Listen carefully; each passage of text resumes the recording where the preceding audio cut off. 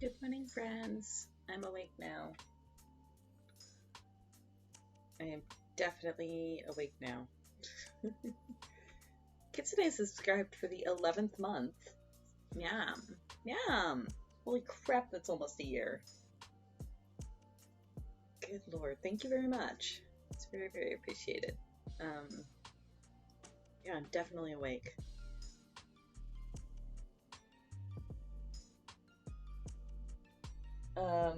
Yeah. Sorry for the stream delay, but yeah, I did not sleep well last night, and normally I would just kind of power through it and nap after stream, but I actually have to go into work for a couple hours this afternoon, so I can't nap after stream. That said, I will probably also have to end a few minutes early, because I need to be able to grab a food before I go into work. It's not for too long. They're doing a tech update at work, and most of it's going to be done remotely, but they need somebody on site just in case. So I'm probably just going to be sitting at my computer for a couple hours doing regular work, but then they might call me and be like, hey, can you run over to X location and check on X computer because it's doing a thing? Or we can't get it to connect, or, whatever. So that'll be fun. Exactly. What if we need someone to push a power button? That is essentially what it is. But because I'm going in for a couple hours today, my boss is going to let me leave at noon on Thursday, which is good because I'll probably need to, finish packing for my trip and such. So it works out. It's fine. Computer Y is reporting it's full of bees. Can you check that? Yeah, pretty much.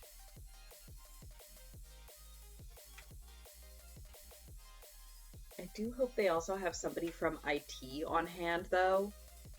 Just because if it's a network issue, I can't fix that. I would have to call somebody with the IT credentials anyway.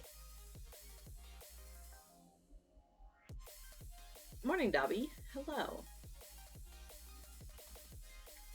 No tripping, you'll hurt yourself? It's fine. It can't be any worse than Kara.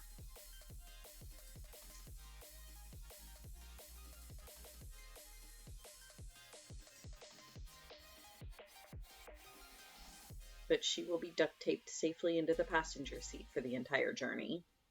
So she should be fine.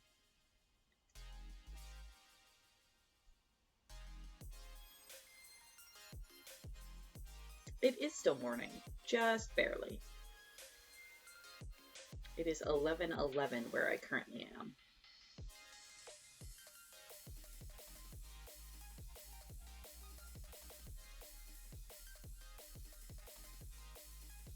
What, Kitsune? The fact that I'm going to be duct taping my wife into a car seat to keep her from wiggling too much? Yeah, so, the other reason that I wanted to actually stream today, even if it was short, and not just cancel and sleep, is because, so I will be streaming this Tuesday and Wednesday evenings. I'll be doing some more FF15, but for the next Sunday, next Tuesday and Wednesday, and then the following Sunday, there will be no streams, because on Friday, Kara and I are leaving to go down to visit my family, and also Yauk. Although Yauk is family, Yauk might as well be family. So yes, we are going down to visit my family. And after doing the math, we determined it would be cheaper to drive than to fly. So we'll be driving. It'll be fine. It'll be fine. I have the Road Quest theme song queued up on my phone to play at the start of each day to psych myself up, because Kara doesn't have a driver's license. Um, so Friday, we're gonna leave as early as possible. Drive the, well, Google says it's 7.5 hours. It'll probably be, yeah, that's true. There are very few direct flights from Ottawa. So not only is it cheaper, but it will probably actually end up being faster, considering like airport security times and layovers and shit. Um, yeah, like it'll be fine. It's just gonna be a long trip. So Friday morning, we're leaving Ottawa and driving down to Detroit to stay with Yao. I am hoping that we hit Toronto fast early enough in the day that the traffic is not too bad, and I'm hoping we have an easy time crossing the border because we are two white girls, and it will be at some point in the evening of Good Friday. So Friday night at some point we will end up at Yelks. Saturday morning we'll get up and drive down to my parents' place, which is not as long of a drive. That's only like, I say only, but it's only like 3 or 4 hours from Yelks. Probably not even that. Probably closer, like 2 or 3, down to my parents. Staying with my parents Saturday and all of Sunday for Easter. Probably going over to visit my grandfather for Easter because he's not too far away. Only like another hour there and back. Staying with my parents Sunday night, and then Monday getting up and driving another like 7 hours down to Tennessee to where my brother lives so that we can visit my brother and my sister-in-law and my new baby nephew. So we will be staying with them Monday through Friday, and then Friday morning we'll get up, drive back up to my parents' place, stay with them Friday night. Saturday, get up, drive back up to Yelk's place. Because that's a shorter drive, we're hoping to get there earlier so that we can, like, actually hang out with Yelk and not just crash into a bed. And then Sunday morning, get up and drive all the way home. And then I have work Monday morning. I've already warned my boss. I was like, look, I'm planning to at least come in and like answer emails and make sure I didn't miss anything critical, but I'll probably just shut my door and vibe. I will probably be exhausted. And my boss was like, yeah, absolutely, do whatever you need to. So that's good at least. Taking the tunnel instead of the bridge. The bridge drops you off in a bad neighborhood and is always full of semi-trucks. Thank you. Actually, I was planning to ask which you recommended. So good to know. I will program the directions to take us to the tunnel. Yeah, that's the other thing. It's gonna be old school. Sort of. Because Kara and I have Canadian phones with Canadian, phone plans and such. Kara does have international roaming on her phone in case of emergencies, but it's expensive, so we want to try to use it as little as possible. So I'm going to be printing out directions. It's fine, because, like, it's not going to be, like, other than when we're in Detroit and when we're in the town where my brother lives, we're pretty much always going to be on highways. Like, it's not going to be a twisty, turny, like, go 400 meters and turn here and then, look out for this. It's going to be, okay, get on this highway, stay on this highway for 400 miles. Keep left onto this other highway. Continue on this highway for 300 miles. So it'll be fine. I'm just going to have a folder of printed directions. Thank you, Chrome, for randomly loading a tab with YouTube music at 100% and scaring the... Oh, no! I'm sorry, Debbie. Yeah, that's rough. Bad Chrome. simpler than the EU's rat's nest of highways. Yeah, that is the one good thing about North America being so large, is there are a few major corridors that will at least get you from one major area to another major area. Kara is permitted to be the navigator. Kara is in fact encouraged to be the navigator because she has a better sense of direction than I do. Which is going to be interesting considering I'm the driver, but it's fine. It's fine.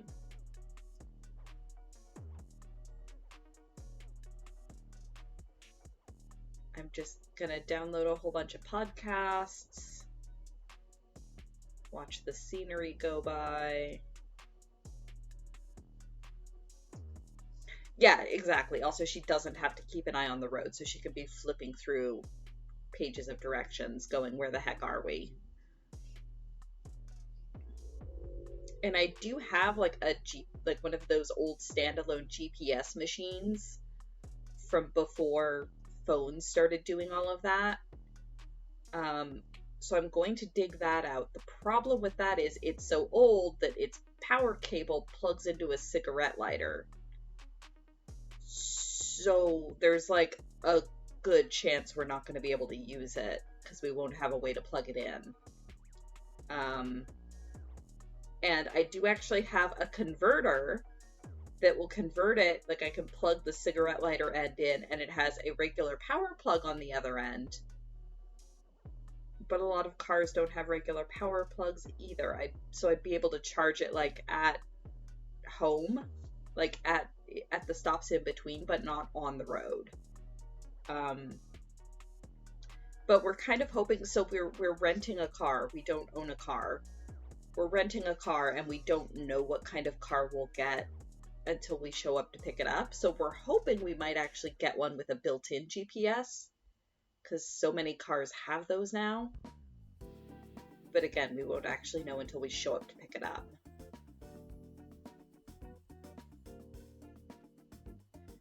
Fun fact, Ottawa to Nashville is 1,002 miles of a trip. In European terms, that's like driving from Paris to Warsaw. It's actually longer than that, Yalk. So when I was plotting it, I was plotting out each leg of the trip. So Ottawa to Detroit is like 750 kilometers-ish. And then going from Detroit to my parents, we're just going straight down I-75 because that's what makes the most sense, because duh. But then actually to go, so my brother lives in Paris, Tennessee, which is actually way out on the western end. It's like, it's way west of Nashville. So Google gave me two options for that route. I can either, from my parents' place, I can either go straight south and hit both Cincinnati and Louisville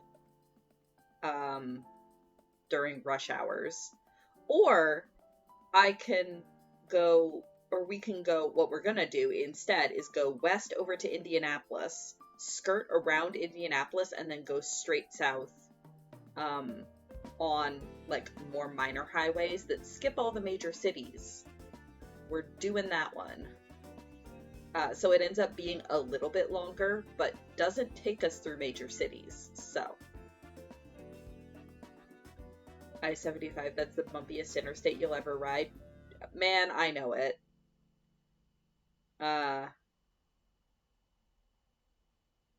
Yalk, I grew up within 10 minutes of the I-70-75 interchange. So yeah, the interstates are not fun, but they're what we've got. Ooh, new Carby dropped. Orange! Oh boy, orange and soulless. Fantastic.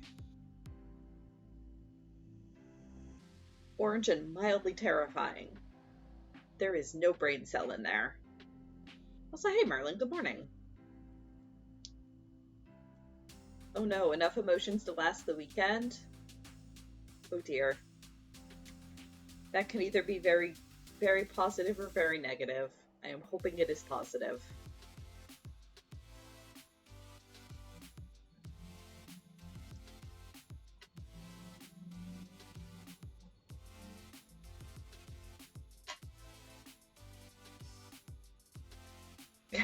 Yeah.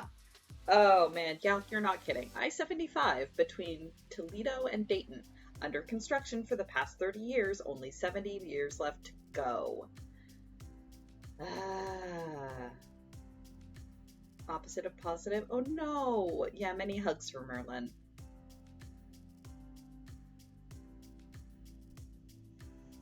Yeah, yeah. Uh, I used to, when I went to university, my drive to and from university was an hour and a half on I-75. So yeah, I feel that in my soul, Yalk. I'm sure it's not the worst interstate in the US, but it's bad enough.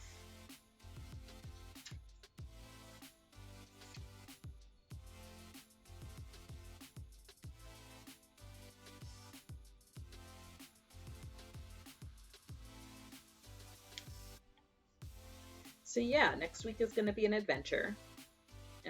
It'll be fun. Everything is fine. But if you hear quiet screaming on the wind, think of me.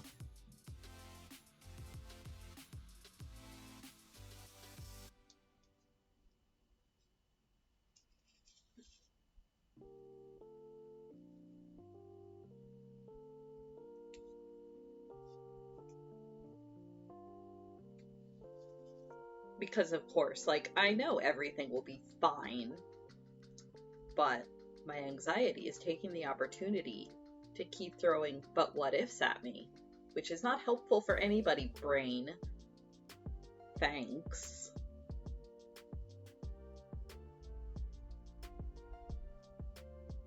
Quiet, yeah, pretty much. Quiet screaming under the Hamilton soundtrack. That's what it'll be.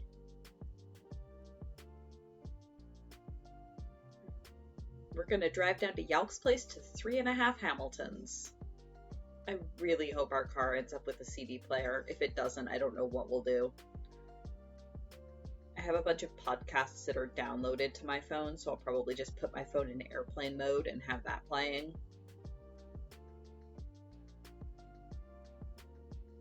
Keep quiet about your sister's horror trip a few months back. Oh no. I'm so sorry to hear she had a horror trip, but yeah, maybe tell that story after I get back. I mean, it can't be any worse than the trip I took to Shanghai, but that involved airplanes. At least everywhere I go this trip, they're probably going to speak English. It's not guaranteed, but more likely than in Beijing. Or Shanghai. We were actually in Shanghai. Yeah, I'm. Carby's eyes are probably the same place that their brain cell went, I'm gonna guess. Airplanes are out of your control. The car is in your hands. That is true. That is true. Sometimes that makes it worse, but that is true.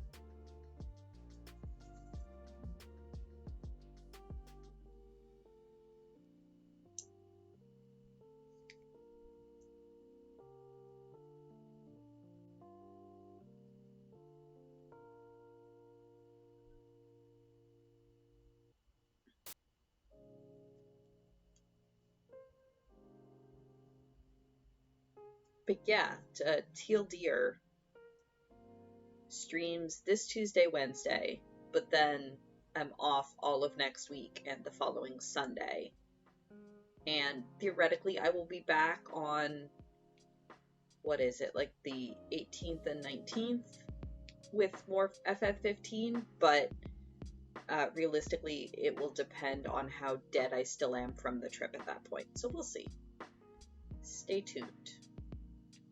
And it's not like Kara and I are going to be out of touch. We'll be on Discord and stuff with Wi-Fi. We'll have our phones. I just won't be streaming.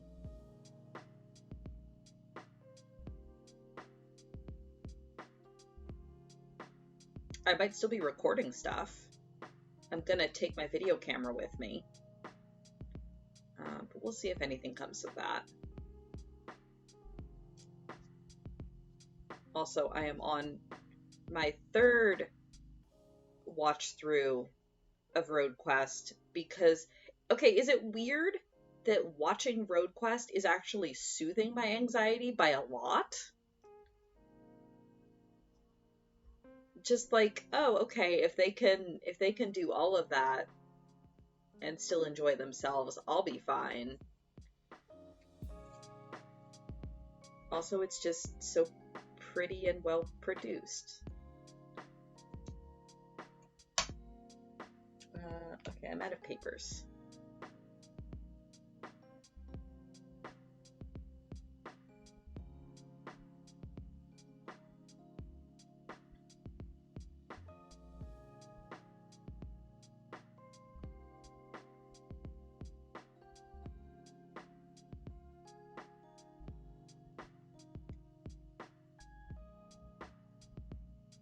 Makes you want to come to Canada? I know. I would love to go back out to BC. Your rental will be in much better condition than their cars were. That's very true. That is very, very true.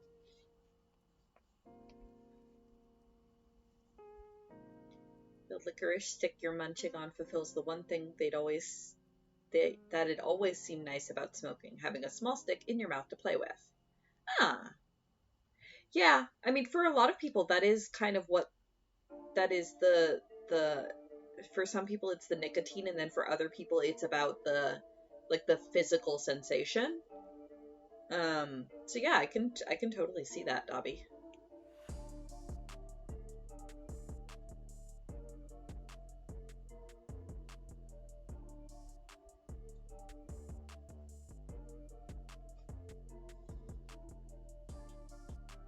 I'm actually really hoping that we have a chance to rent another Spark. The last time Kara and I went on a road trip was actually in early March of 2020. Just before everything closed down, we went to Montreal for a concert and rented a car. And we ended up renting a Chevy Spark. And it was so tiny and lovely. I completely fell in love with that car. If I was going to buy a car, I would want it to be a Chevy Spark or other similar small car. So I'm hoping they have one available for rent this time too, because that would just be perfect.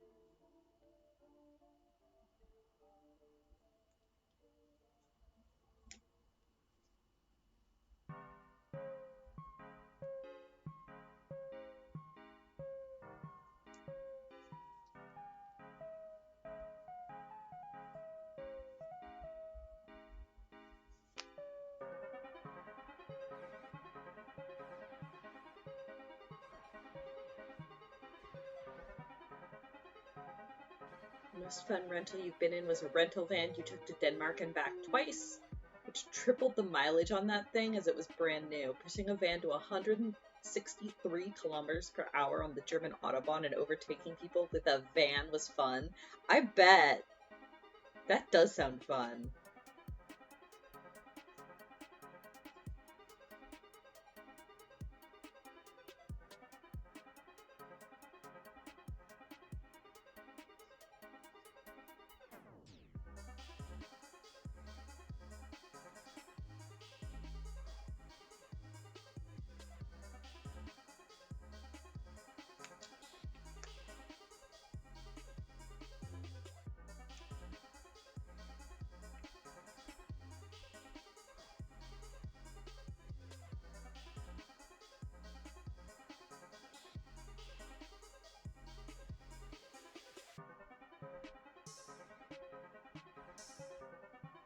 Ah, that was your own 7 hour, 750 kilometer solo drive experience.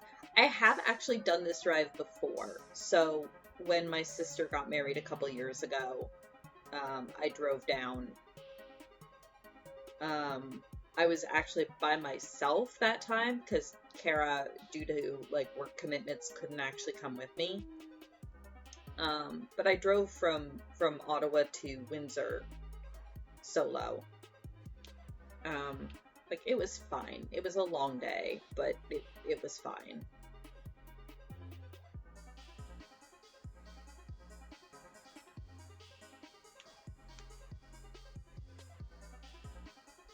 I'm more concerned this time. Like my only concern this time is that we're going not that much further, but we're going to be crossing the border at the tail end of it, which, theoretically it shouldn't be that long of a wait, but it could be. But yeah, it really shouldn't be. We're two white girls crossing the border to visit family on the tail end of Good Friday. It'll be fine. But again, I don't know, I have weird anxiety around crossing the border anytime I have to do it. It doesn't help that, because I didn't realize this until I looked, my passport is fine. My passport doesn't expire till 2029. Like, that's no big deal. I've got my passport. My permanent residence card is expired, but that's fine. Like, so I did all the research, and I've actually got the application in to get it renewed. It's just I haven't gotten the new one in the mail yet. And I did all the research, and if I was trying to come back into Canada via commercial vehicle, like if I was flying or taking a train or something, I'd be screwed. Well, not screwed, but I would have to apply for additional paperwork, etc., etc. But since I am returning to Canada via private vehicle, and yes, that includes rentals, having an expired PR card is fine. I just need to also have supplemental documents proving that I actually do still live in Canada, which I do. I have my up-to-date driver's license, I have my up-to-date health card, and I'm also planning to grab my employee ID that proves, yes, I also work in Canada. So, like, it'll be fine, but of course, there's the little tiny anxious bit of my brain that's like, but what if it's not? And the answer to that is, if it's not, yeah, you may end up with somebody in your spare room for a couple extra days while I get things sorted out. But, it'll be fine.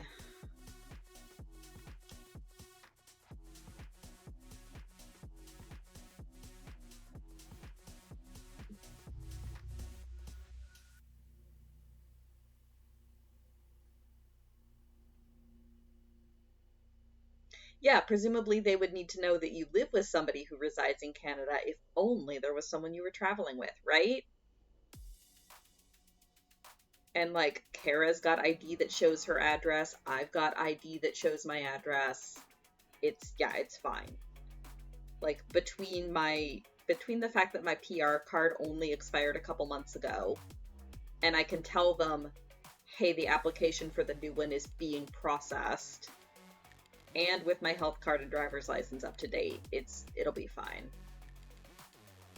Again, we're two white girls trying to cross the border. At that point, it'll be hopefully very early in the morning. It'll be fine.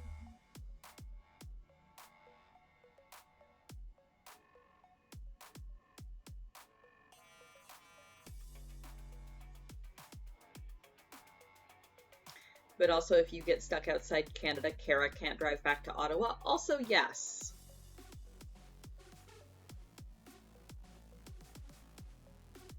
So, sorry, I misspoke. You might end up with 2 extra people on your couch for a few extra days.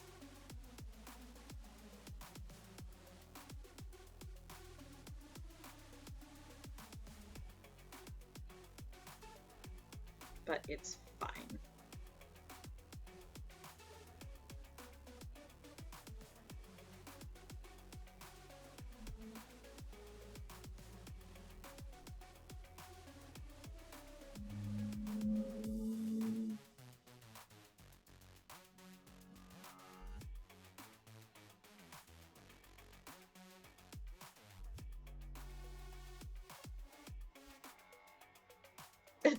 Oh no, whatever will I do? I mean, you and Kara might get into a kindness war, to be honest. And I would kind of love to see that.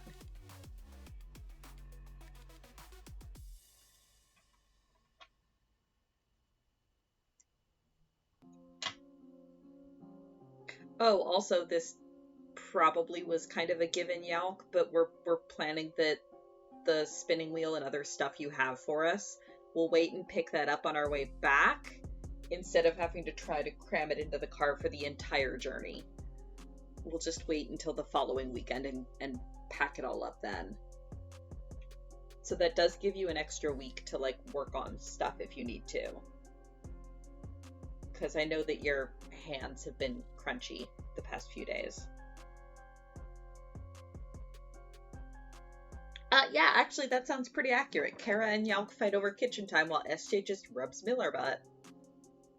Yep, that sounds extremely accurate.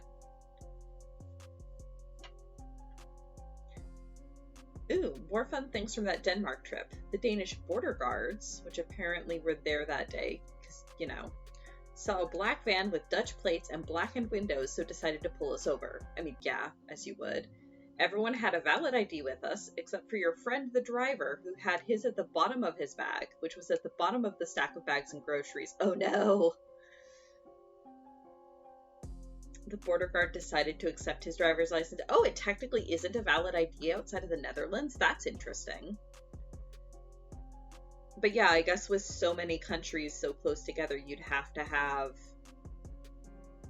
stricter ruling around that. Do you have like a... I mean, I guess obviously passports would be valid everywhere, but do you guys have like a pan-European ID that you can get? That's like, yes, here's a picture ID that's valid across all of the EU states or whatever?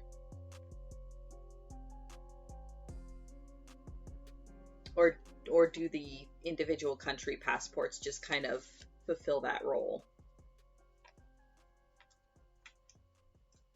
Yeah, well, yeah, of course a passport would. Oh, okay, passports and then like Dutch government ID cards. Okay, that makes sense. Let's go back to white.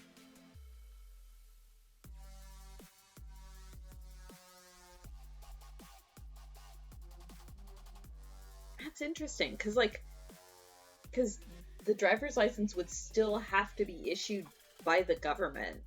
So it's interesting that they're not considered legal ID. It's like, yes, the government gave you this card, but we're not gonna acknowledge it.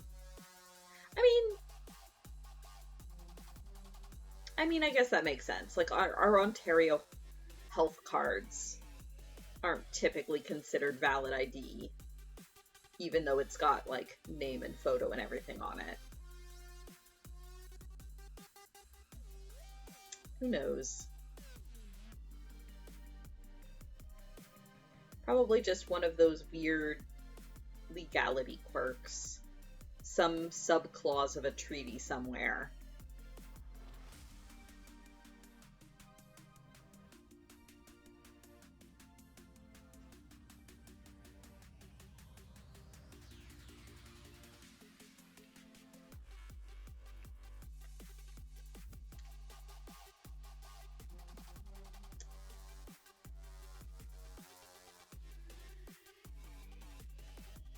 The ID I use 95% of the time, but it's not valid internationally. Yeah, that's so interesting.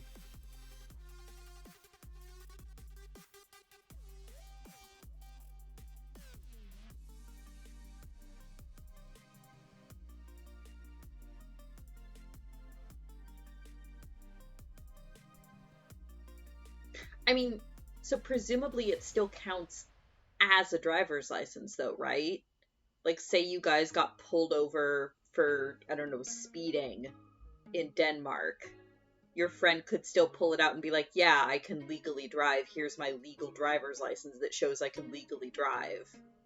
It just doesn't work for, like, buying booze or crossing borders, which is interesting. Oh, the driver's license doesn't have information on residency or nationality. That makes sense. Okay, yeah, that does make sense. It shows that you can drive, but not much more than that. Yeah, it says nothing about like legal status or anything. Okay, nifty. You'd probably have to show both driver's license and ID. Huh. Okay, I guess, yeah, that makes a certain amount of sense.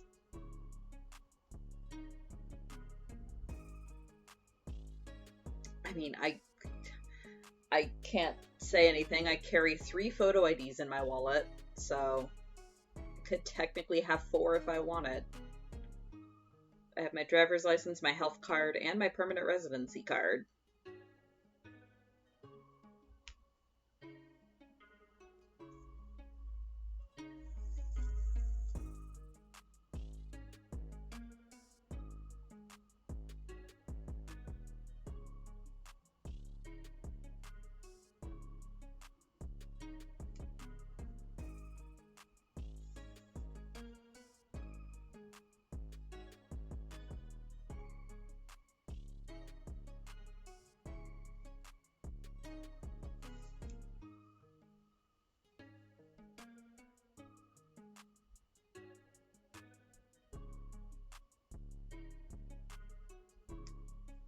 Ugh, I need to remember to clean out my purse before I go too.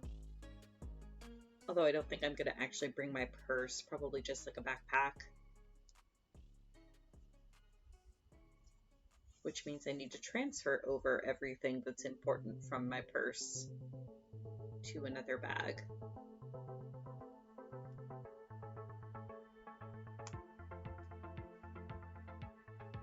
Don't mind me as I quietly go over my to-do list in my head.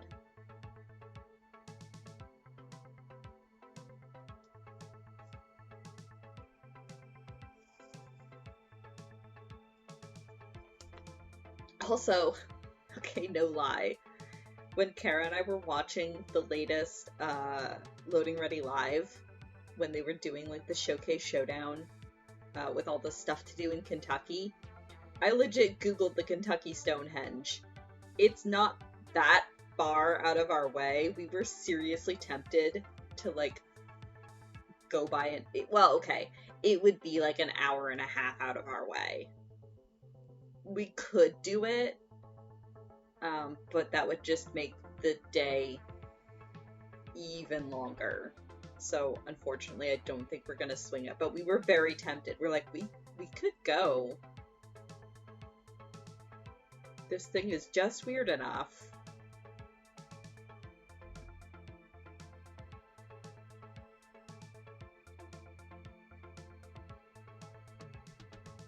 Cleared out the rewards queue. Oh, thank you.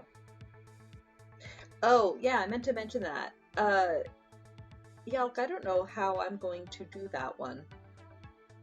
Because I've never made socks before in my life. I may have to veto that one. Also, that reminds me, I'm probably going to take the decide the next craft stream option off at least for a while because I'm not doing extra craft streams right now. I'm doing extra video game streams. Learning time? Ooh. I mean, I could. We'll see. Crochet socks are lumpy and terrible, but that makes sense. Learning time with special guest Yalk? Yeah, do you know how to make socks, Yalk?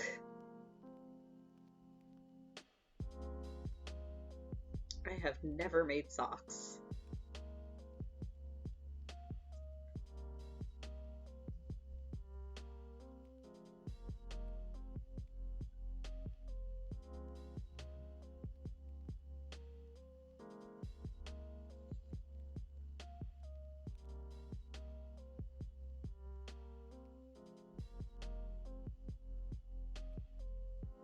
Turning the heel is a pain, but it's mostly easy? Okay.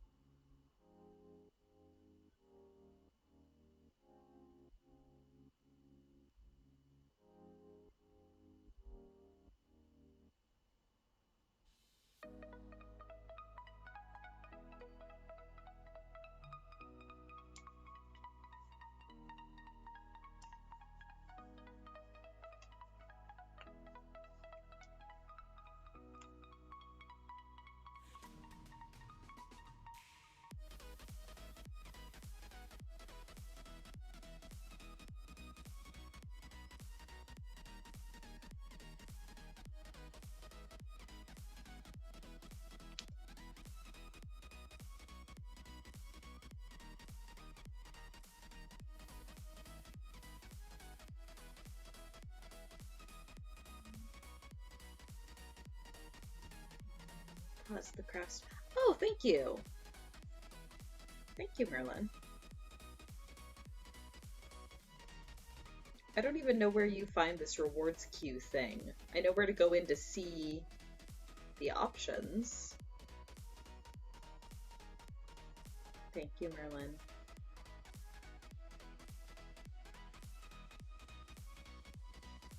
Oh, there's like an actual separate mods layout? Interesting. I didn't actually know that. Yeah, Merlin is magic. That seems correct.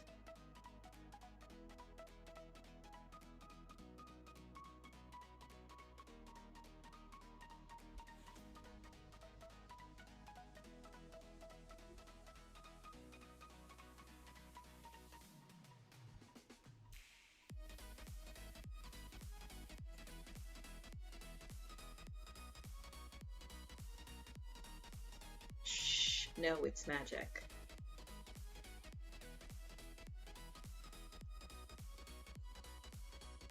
Yeah, exactly. Google is magic.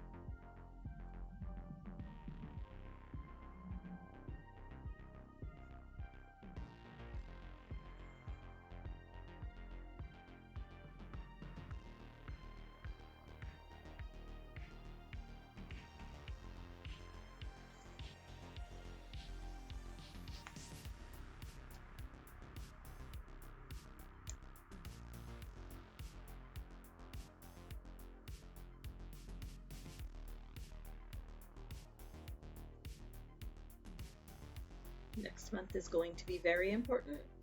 How so? Next month as in April or next month as in May?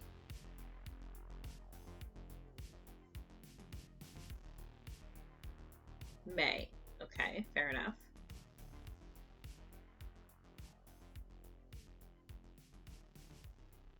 It's gonna be May. Oh,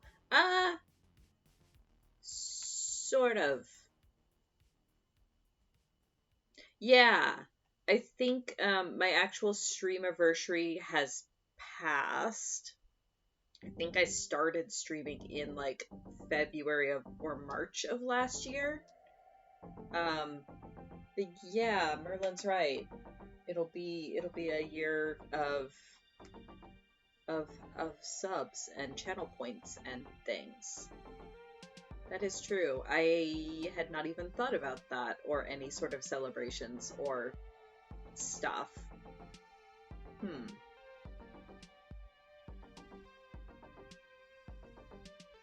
Might have to plan something once I get back from my trip. We'll see. Figure something out. Affiliate anniversary? No. I might be able to go back and find it. I was not thinking about that at the time.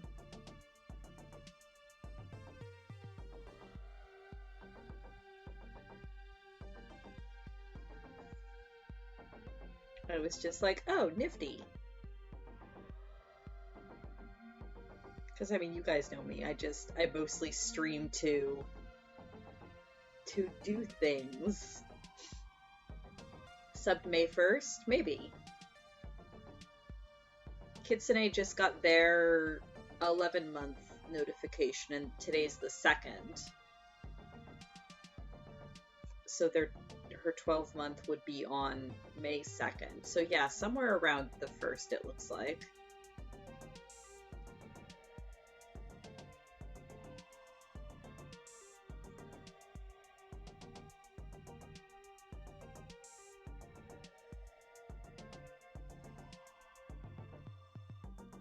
Huh, May 1st. What day of the week is that? That is if you want to pull up my calendar computer, you good? It's a Monday, which I'll be at work, but I could do something on the 30th. I just have to figure out what. So if you guys have any suggestions, I'm open.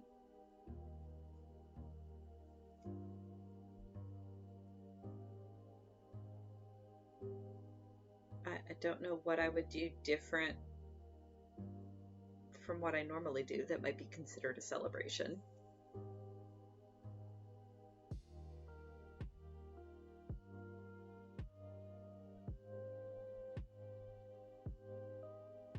Nah. Come on, Needle. Perfectly normal. Yeah, exactly. Perfectly normal stream.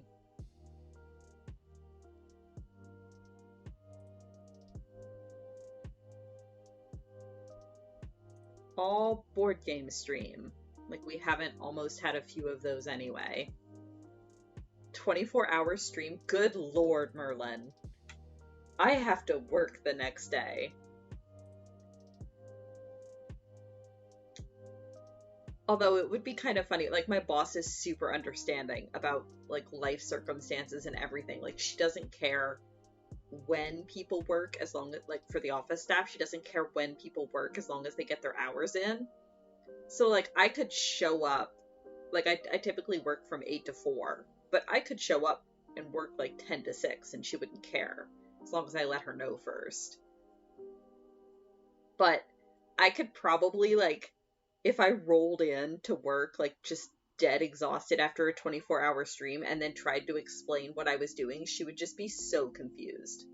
Like, she's not old, but she's not, like, she is not an internet tech person or, like, a nerd at all.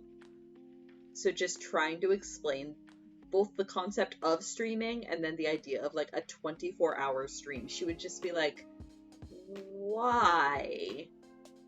She'd be like, who would watch that? And I'm like, I don't know. I'm like, I don't know. I mostly use it to hang out with my friends and actually get work done. Yeah, no, I almost definitely couldn't pull off a 24-hour stream unless it was in, like, I couldn't do it by myself. If it was, like, in a group setting with other people to, like, bounce off of and hype me up, like, I feel like if it was, like, a desert bus type setting where you're in a place with other people for a purpose, I could probably do, like, a 24-hour thing. But if it was just me sitting here doing shit, no way. No way.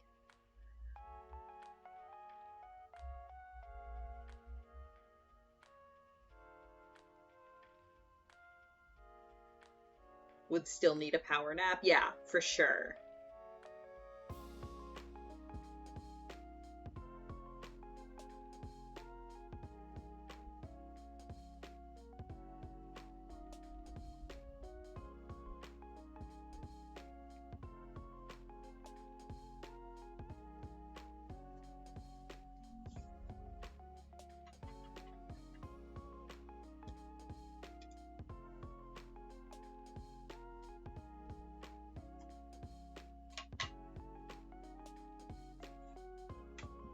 Creating an event for crafting, invite a few and host a weekend stream.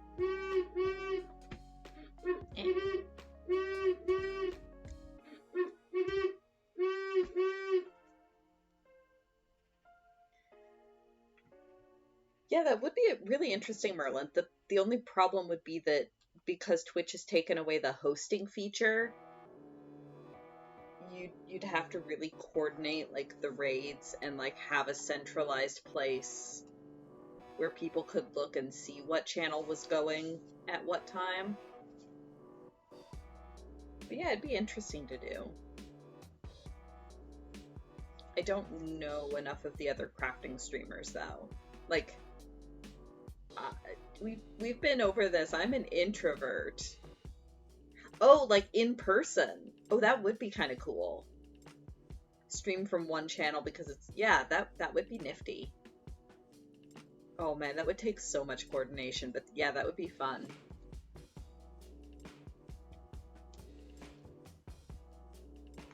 Okay, so what I'm hearing is we rig Yauk's house with cameras.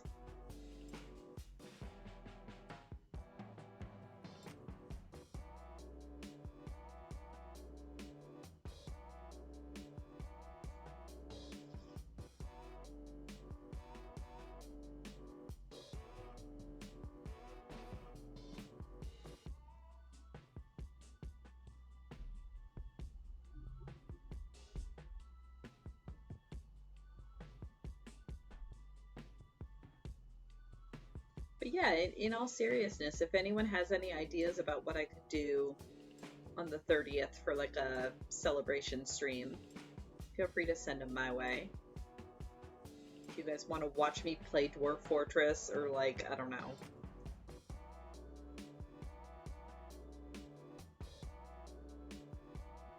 Watch me lose at Magic the Gathering over and over. I did win a match last night because my opponent timed out.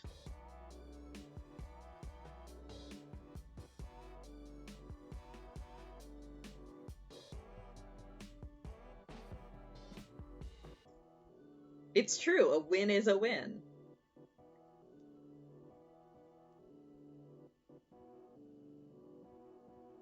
I do appreciate that it still gives you a minimum amount of like XP points and stuff for a loss too. I just kind of have to shrug and keep at it. It's fine. Look, I'm contributing to the community because every time somebody beats me, that's a win for their stats. So I'm helping them by losing terribly.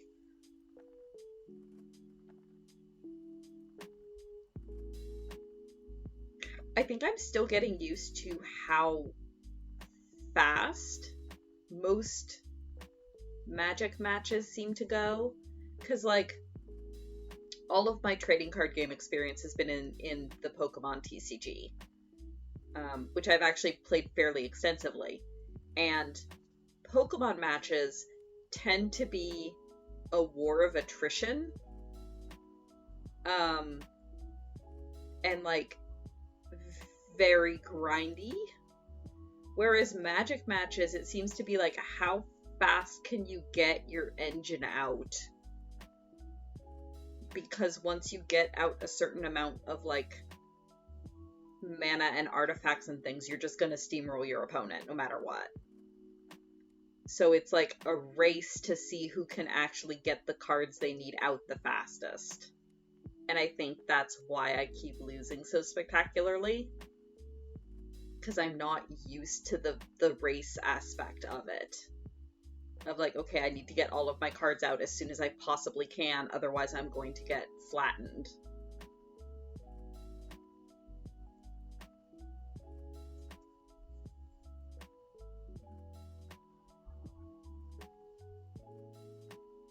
Depends on the format and matchup. Control and combo play so much differently. Okay.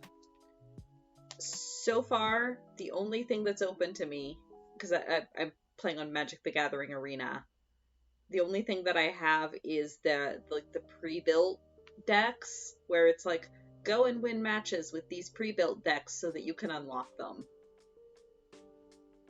And I haven't won any match. Well, I've won the one match. So I'm still stuck with that, and that's all I've got. I don't even know what format that technically counts as, because it doesn't really say.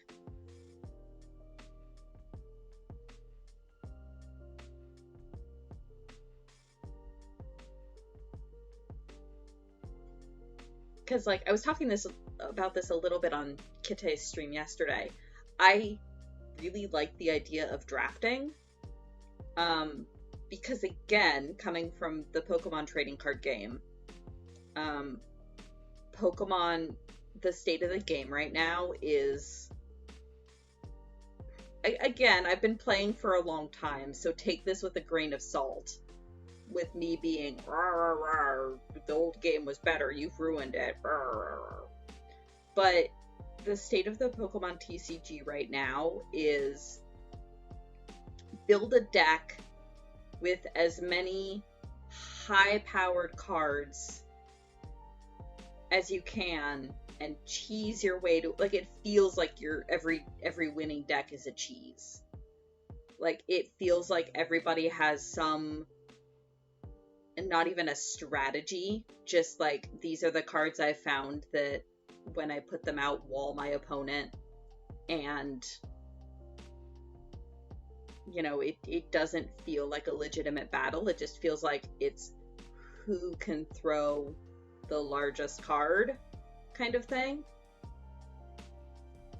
And so it incentivizes players to find those big cards and stack their deck with them and then just dust off their hands and call it done. But I like the idea with drafting where it forces both players onto like more of an even playing field. And it doesn't matter what giant cards you have in your collection. Here's what you've got to work with. Strategize on the fly. And I really like that idea. I wish there was something like that for like formalized for Pokemon. So I'm actually really interested to like, that's kind of why I started poking at Magic, is because I was watching some of the LRR draft events and they look really interesting.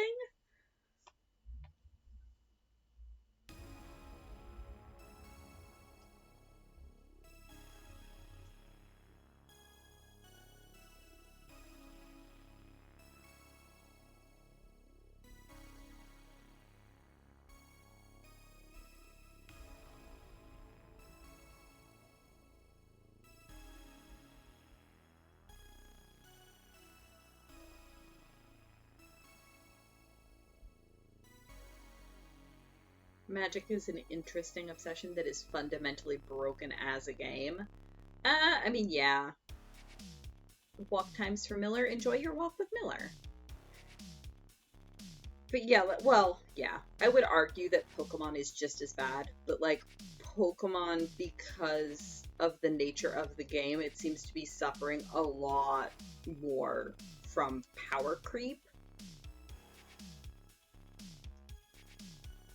So, like, I have a legitimate deck for Pokemon with strategy that I love to play, and I can't play it in modern Pokemon because it would never, ever, ever win against even a single, what are the new hot ones, V-Star, or whatever the newest cards that came out are.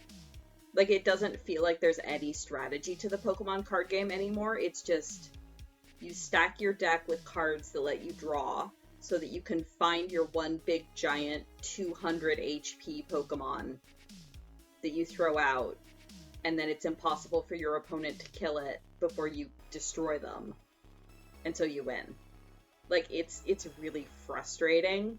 There's no, like, it doesn't feel like there's any strategy to it at all. It's just throw out your giant card. And the first person that manages to do that will stomp their opponent.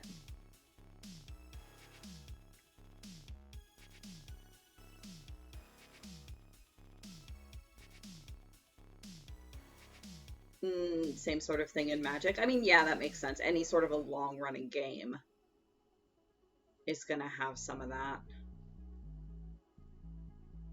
Your pet deck is Ixalan Pirates. I sort of understand what that is, in that Ixalan is one of the planes, and also an expansion? Again, I'm only just barely dipping my toes into Magic. Magic varies massively from set to set and can sometimes do that. Oh, interesting.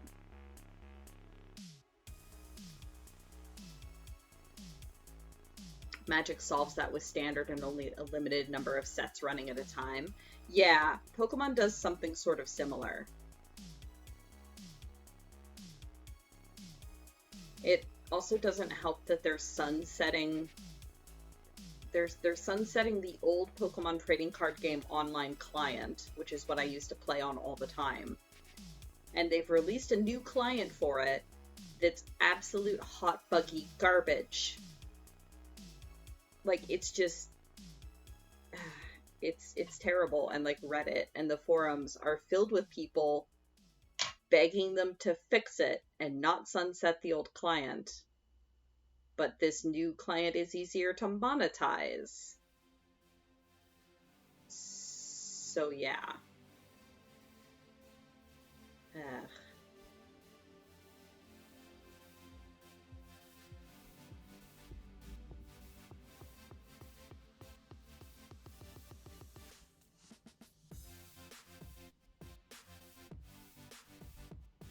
Maybe.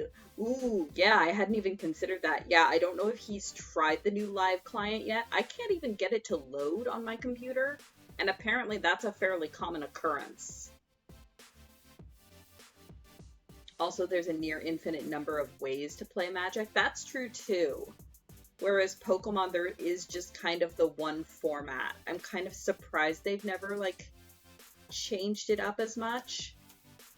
But then again, Pokemon's always been much more marketed toward, this is a children's card game, even when it isn't as much.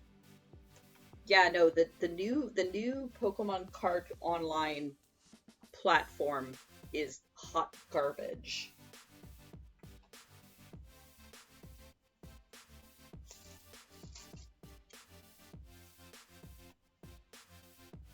Ooh, coffee making is good. I have mine here. I should drink more of it.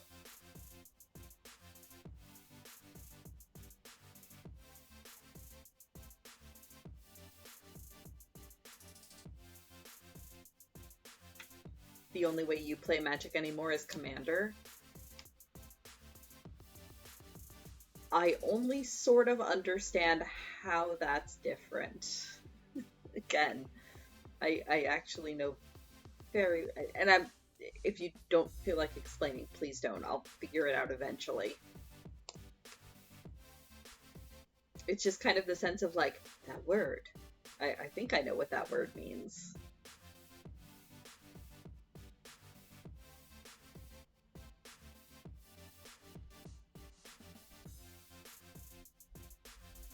100 card singleton multiplayer. Some other intricacies. So wait a minute. Again, relating this back to Pokemon because that's the card game I'm much more familiar with. Is Commander where you would like throw out a single creature and then play like buffs and stuff around that single creature? Because that feels like Pokemon. Oh, okay. Fair enough. Up until almost midnight trying to watch F1? Oh no. Yeah, coffee definitely needed then. Go back to bed.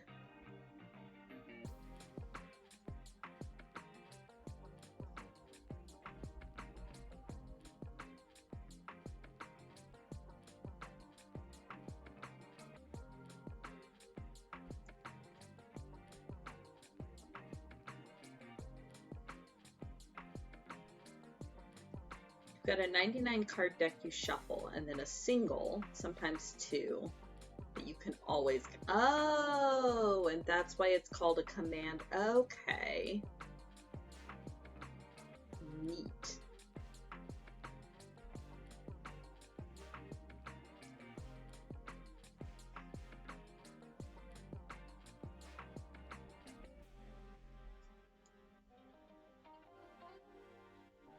It was a standard 50. Oh no. Mistakes were made for the last 3-4. Oh dear.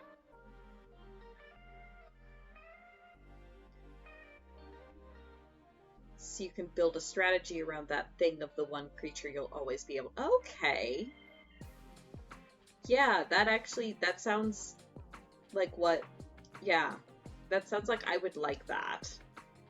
Because that feels much more about strategy.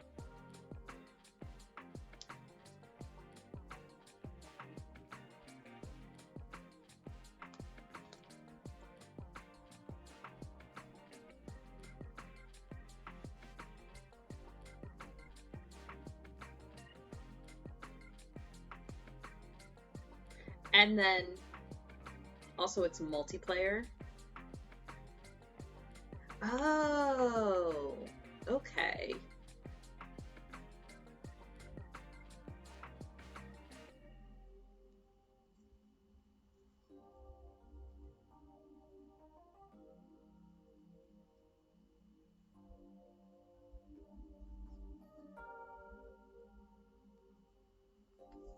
Okay. I'm hesitant to ask this question. Games are also usually way more variable as you've got 4 times 99 cards of randomness rather than 2 times 60. With lots of multiples, so it's more like 2 times 20 cards. That makes sense.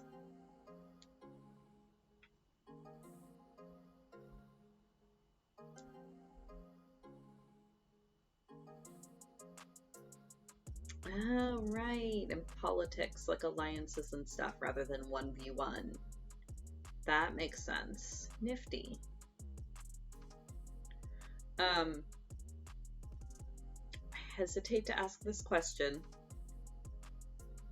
And again, don't feel obligated to explain. If you can point me to somewhere that explains, that would be appreciated. But again, getting most of my current, like, magic information through osmosis of watching Loading Ready Run stuff. What is Highlander? In, like, Canadian Highlander? I gather it's a format. But, like, what makes it different? Like, why is that the cool thing to play right now?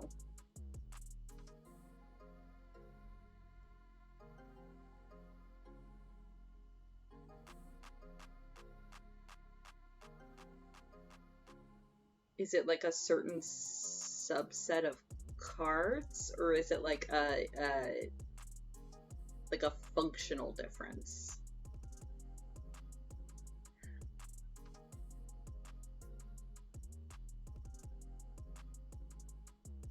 Highlander is the term for a singleton. There can be only one. So it's like Commander, but 1v1 rather than multiplayer?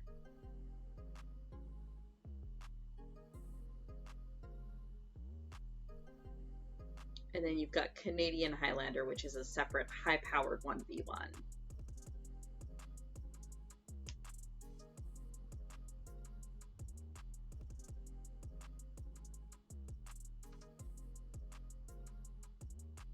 And then you've got okay.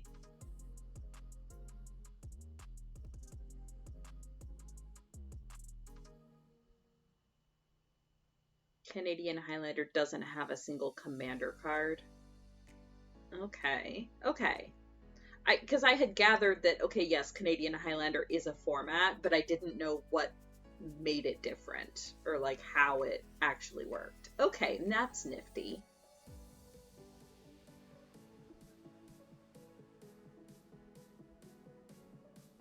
So functionally it plays similar to regular Magic, but you would have a deck of 100 cards rather than 60.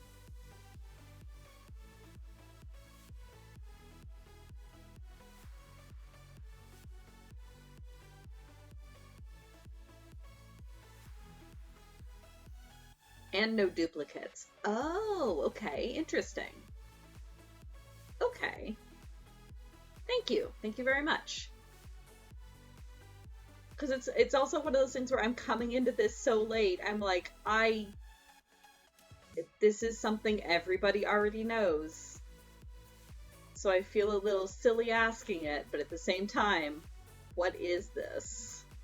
Thank you. Much appreciated.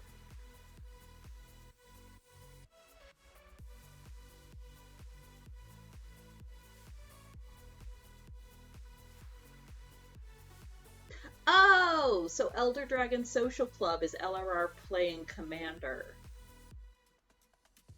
That makes sense. Cool. Okay. Good to know. Now I know what to watch to be able to actually see what the different formats look like. Thank you.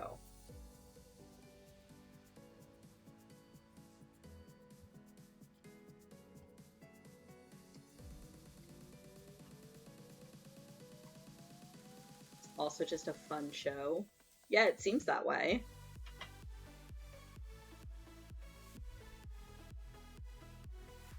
And then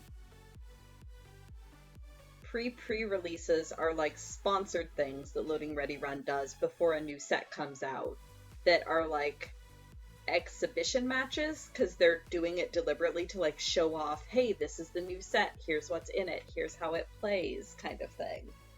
Nifty.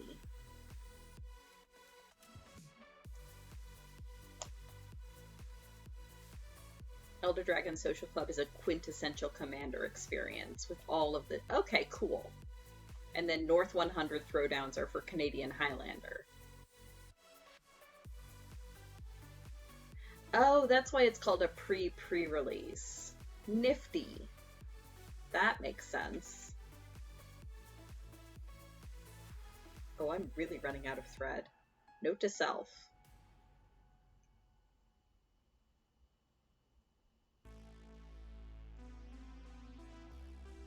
Pre-releases are almost always sealed, which is a limited format. You open like 6 boosters and make a deck. Ooh, I like the idea of that. That sounds fun. Yeah, like, well, okay, and again, I really like deck building games, like Seasons or, for what's it called? Ascension. Like, I love Ascension. I really like deck building games, and the idea of having a format of Magic that lets you do that is really cool to me.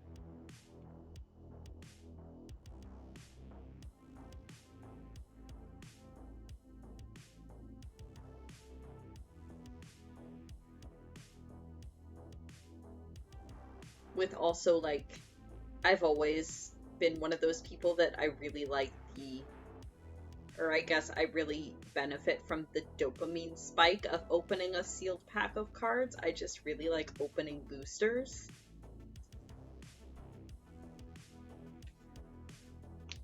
So again, having a format that is built around that. Oh yeah, I'm well aware, Kuma. Again, I've played enough Pokemon, and I know that Magic is only worse.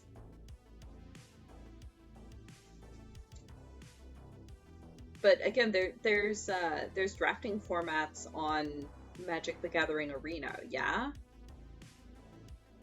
Which is why I'm kind of interested to poke those. But yeah, I am well aware. It's not something that I'm mostly going to be watching, but I do really like the idea of it.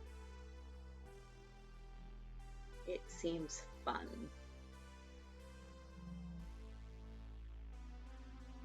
Maybe that's what I could do for my stream anniversary.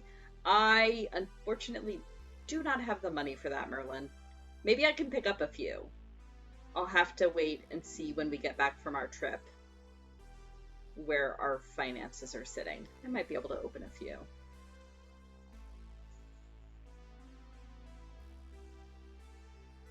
If anything, I could go over to the dollar store and pick up those super cheap repackaged booster packs that are terrible, and I could open a few of those and laugh at them. That might be fun. You return from the outsides? Oh no. Okay, Kate. It's your turn. So, yeah, as I was mentioning briefly on your stream yesterday, I am actually actively starting to try to learn Magic. Partially just so that I can understand all of what Loading Ready Run does. So, Dobby and Kitsune and Kuma have very helpfully explained to me what Commander is and what Canadian Highlander is, and what pre-releases do, and how drafts work. So you get to tell me what Beegelander is. Because again, I've heard that term. I assume it's a separate format. I don't know what it does.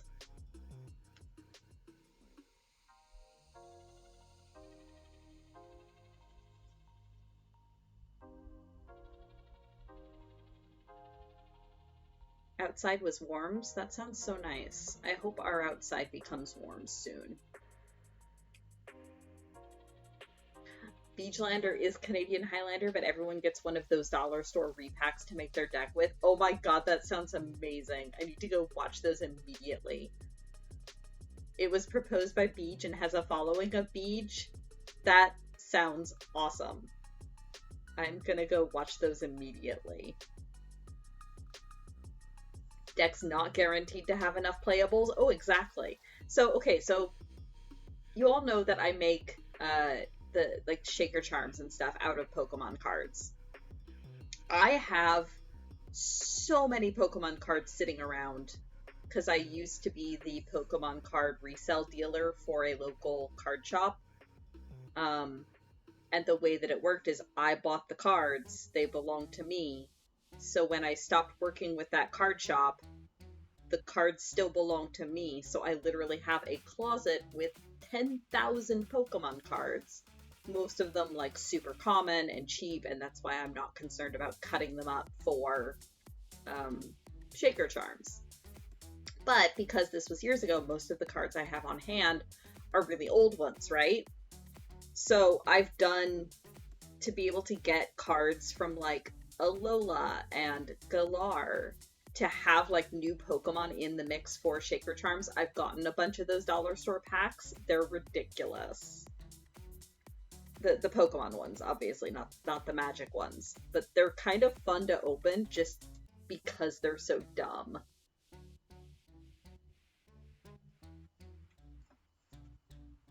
Yeah, oh, I have so many Pokemon cards. That's why I started making the shaker charms, is I'm like, well, I need to do something with these. Like, I could resell them online, but with shipping costs what they are right now, it's like selling a 50-cent card and then paying $6 to ship it when I'm just a little girl. I'm just a wee person. I'm not like a big game store or anything that can eat the shipping costs. And yeah, I probably could sell it wholesale to a larger gaming store, but I don't really want to.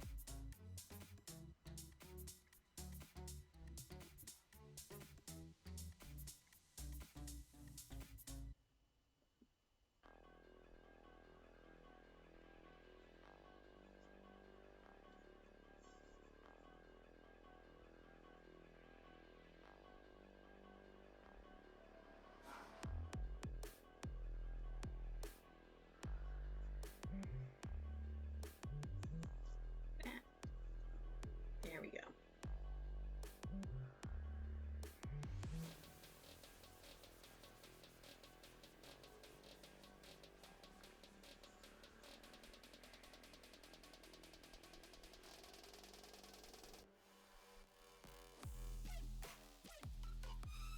Okay, it is 12:30.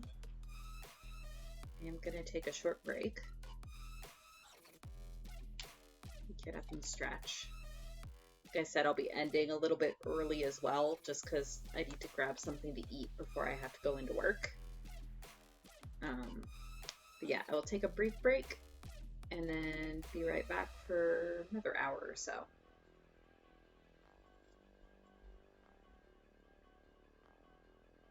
Yeah, exactly. Card Kingdom will just buy the collection. I don't really want to do that. I would like to keep my cards, thank you. I just don't have anything to do with them at the moment.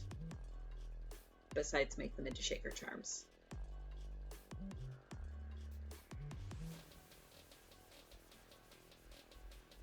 Maybe your coffee will finally be made. Oh no, do you keep getting distracted?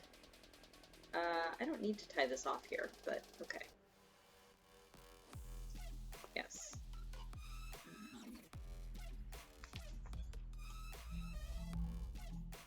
There we go. All right. Everybody get up, stretch, grab yourself a drink. Hopefully a caffeinated one. And yeah, it was you, Kitsune. I'm pretty sure it was you. And I'll be back in just a minute. Thank you very much, friends.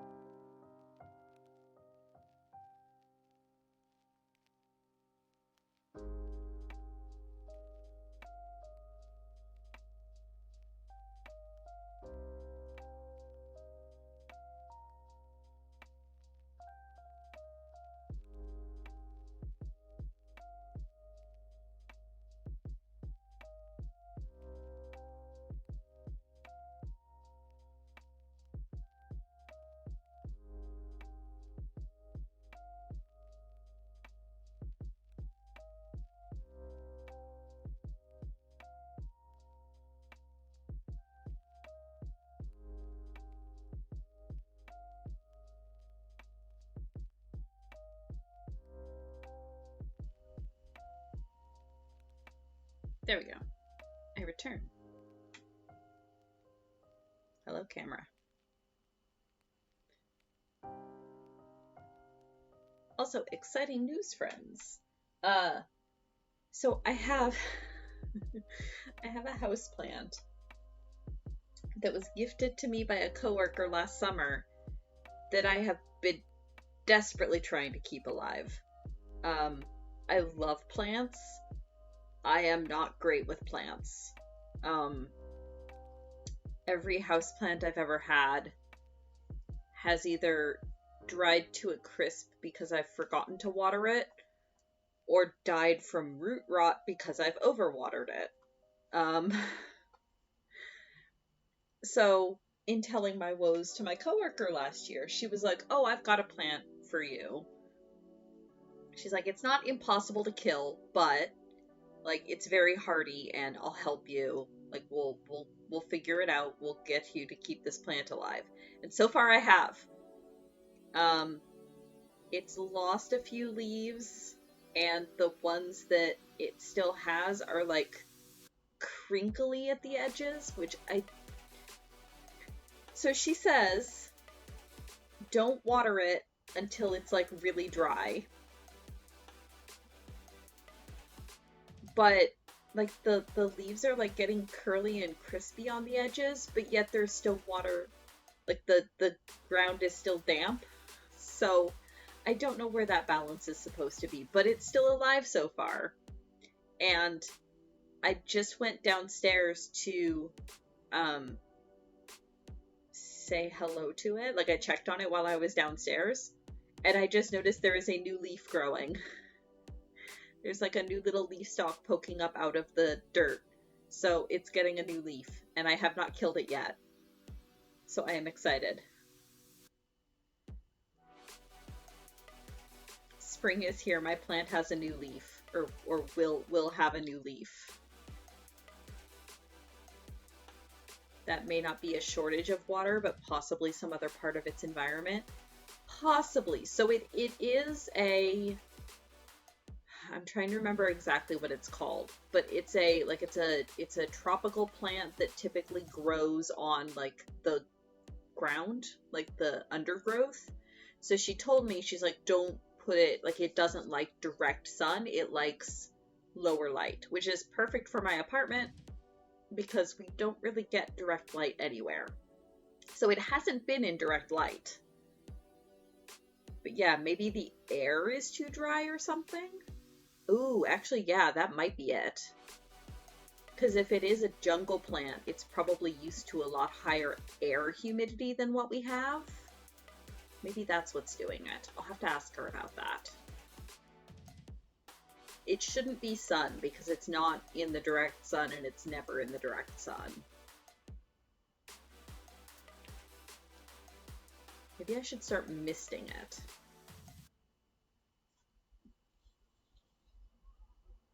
Or like taking it into the bathroom while I'm showering.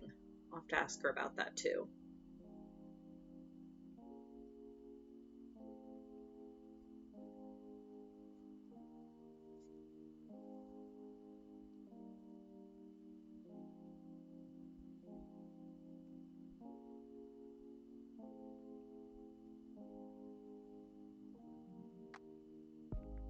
Oh, I do have a little humidifier, actually. We have like a little tiny desktop one that's only like that big. Because when Kara first started having a lot of trouble with snoring, we thought maybe it was a humidity issue. Ooh, I should move that down next to the plant. Good call.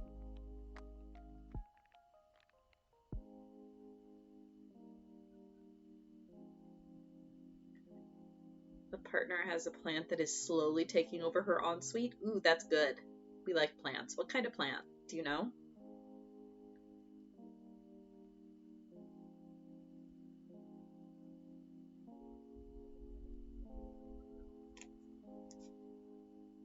Do not recall. I mean, if it's slowly taking over her ensuite, that just means happy plant.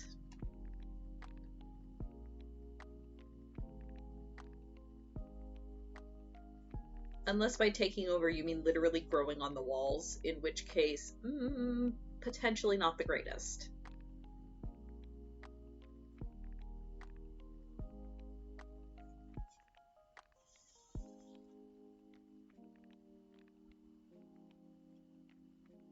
You do not really want lichen in your bathroom. Unless you're really going for an all-natural feel.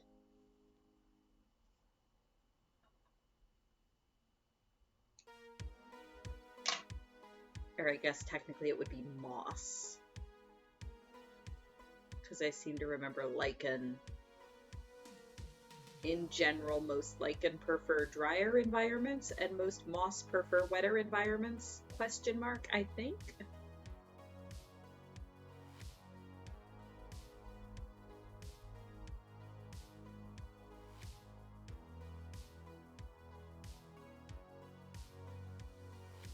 What do you call the art of making big blankets out of moss?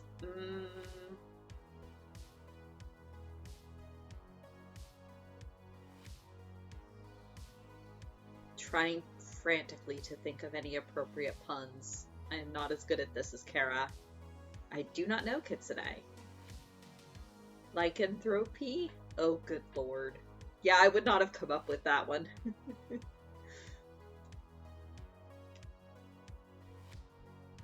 Amazing.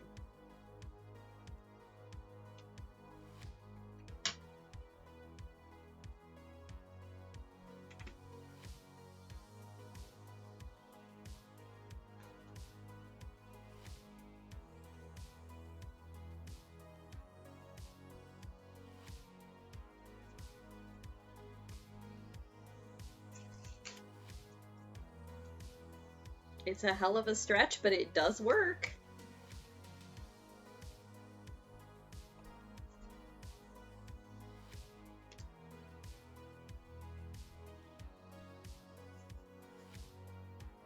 Kitsune is the mistress of puns.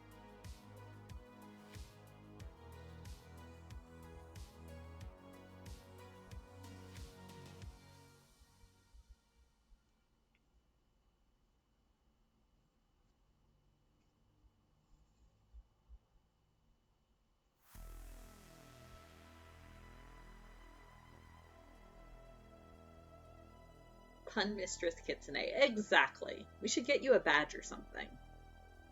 Like, I know you have the title on the Discord. Somebody should make you a pin.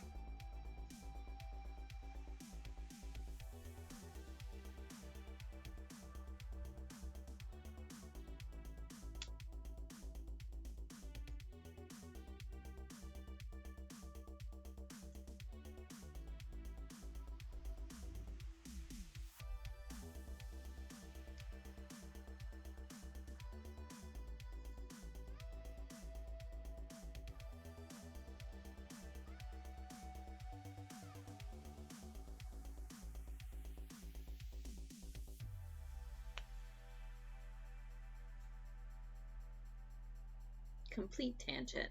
Kite is playing Paradox games again and doing their favorite thing in them. Transforming the US by adding proper infrastructure. Ooh, that does sound neat. Excellent.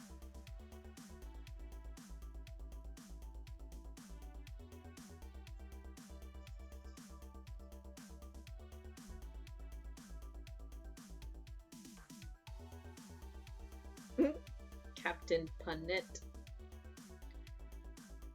Close! You tried, Kuma. That's the important thing.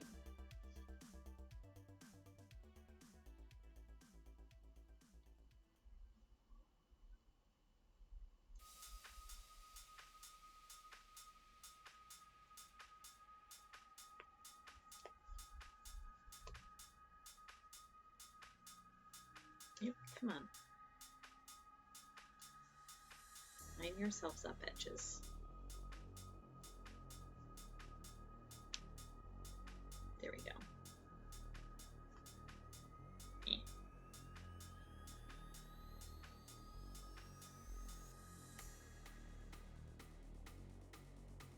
Wasn't it peas, Kitsune? I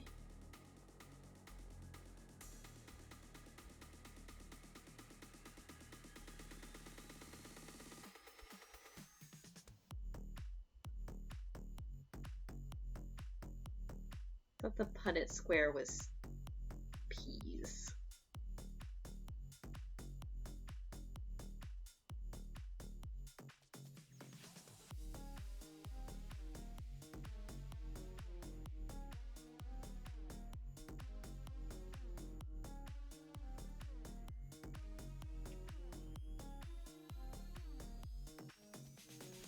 Yeah, Punnett Squares were developed by, I can't remember his first name, but scientist named Punnett, who crossbred, I think it was peas, to provide the first model of genetic inheritance.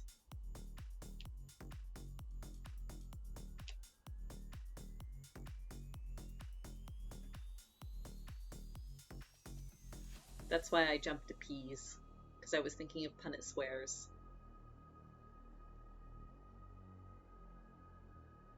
Oh, there are Punnett grapes. Interesting. I had no idea.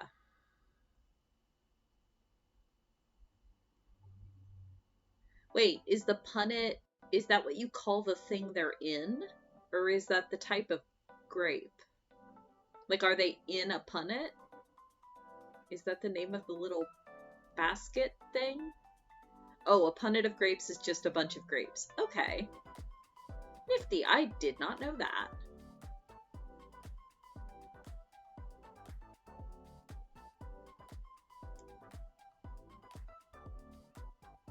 Yes, my brain made the leap to Punnett Squares.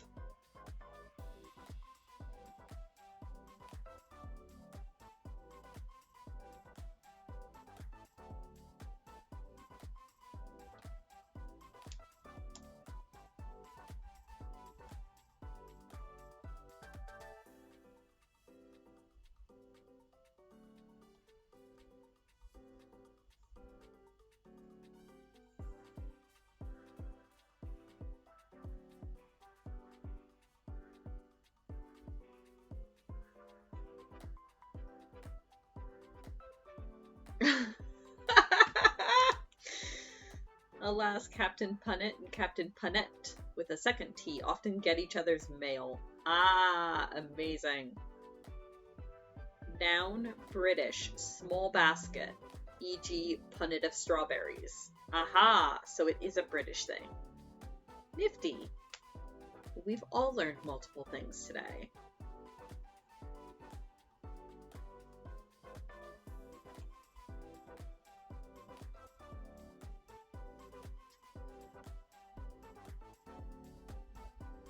Speaking of strawberries, you're eating some? Excellent. Good snack.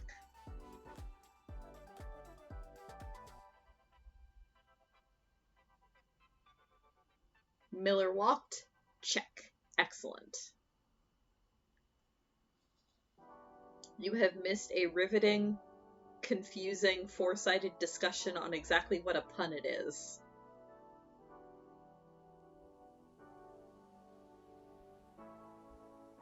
Someone bring you berries? Have Breb want berry? I mean, we could try.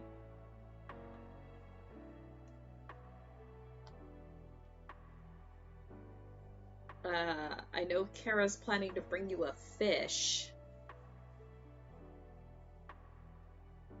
I could see about berries.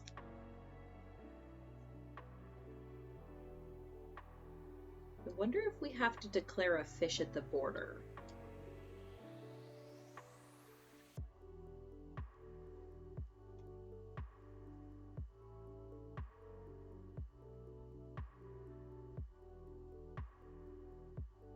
don't actually bring fish.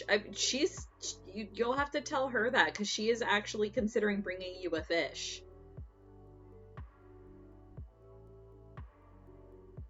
That was a thing she was plotting to pick up on Thursday. So maybe tell her not to bring a fish.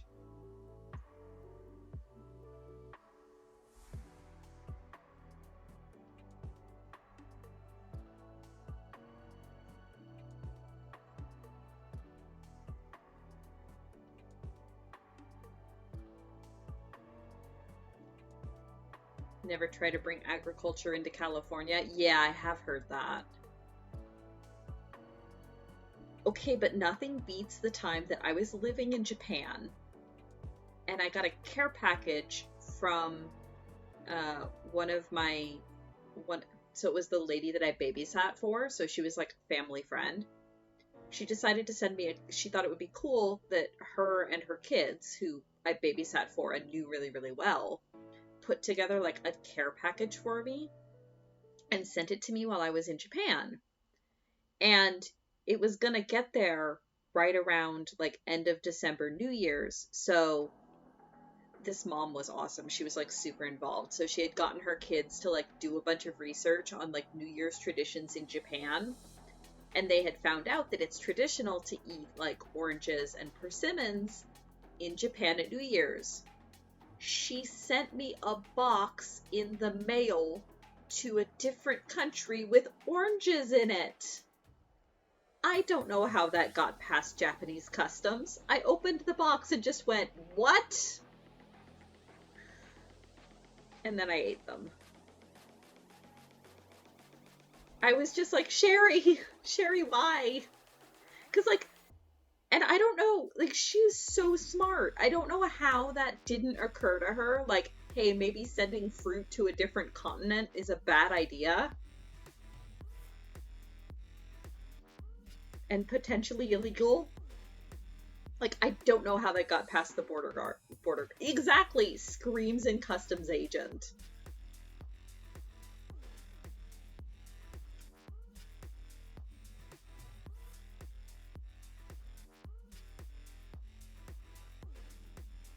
Surprised they didn't go bad. I know, me too. And I guess because it was winter, like they were a little bit like dried out, but they weren't bad at all. I think maybe she also, like, she didn't overnight it, but she did ship it express.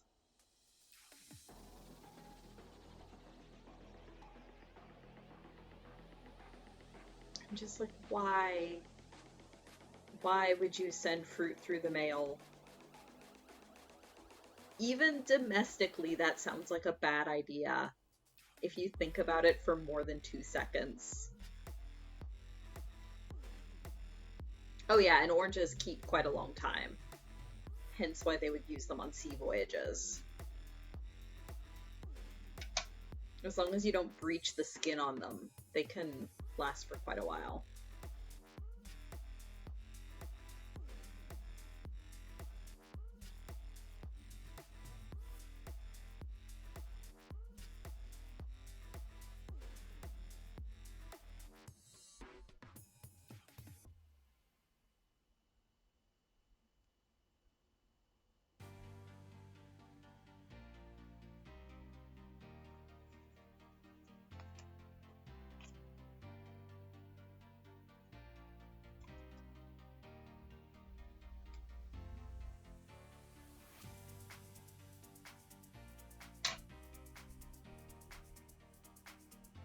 Miller is panting quite heavily, but being very cute about it. I mean, cute up until the point he sticks his dog breath in your face.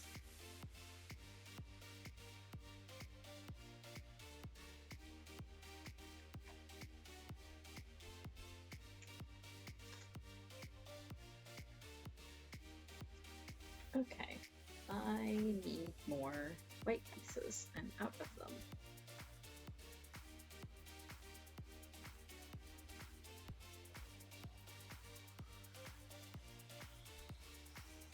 He's just a little baby.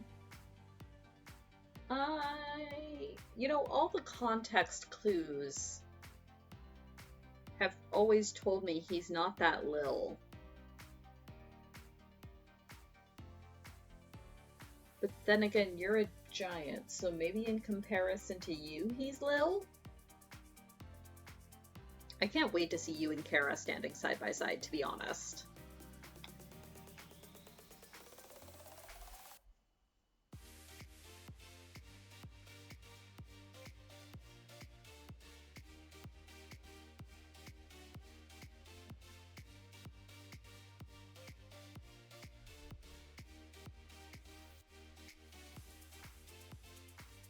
Kara is IRL Lalafell. She is 5'2" and potato shaped. In all of the best ways. But very small.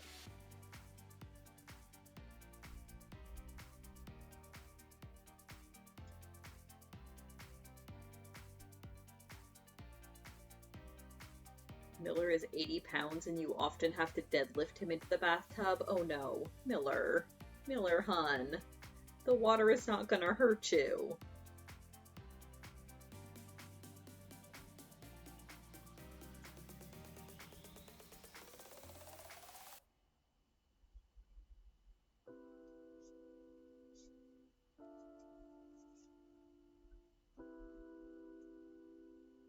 Gasp, a different color of Merlin.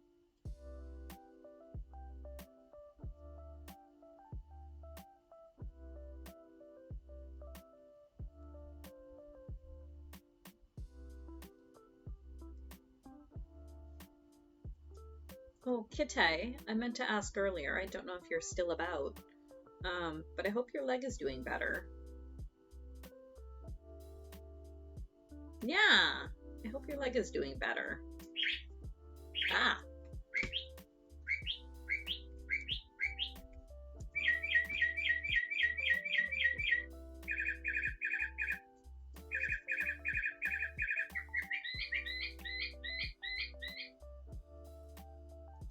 Prepare the soup? I mean, I do have soup.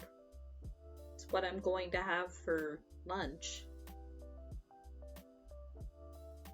You were able to pad to the shops and back? Okay, well, please continue to try to take it easy and rest.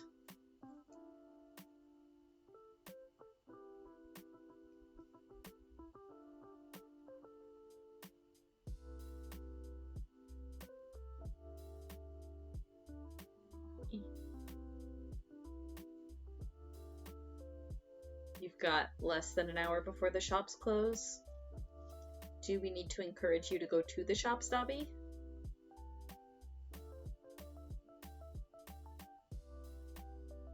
Ooh, what should you grab for Noms? Pizza is good.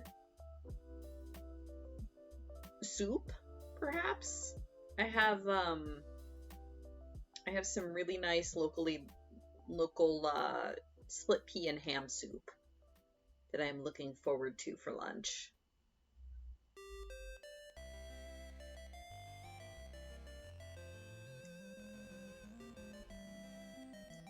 I love split pea and ham soup.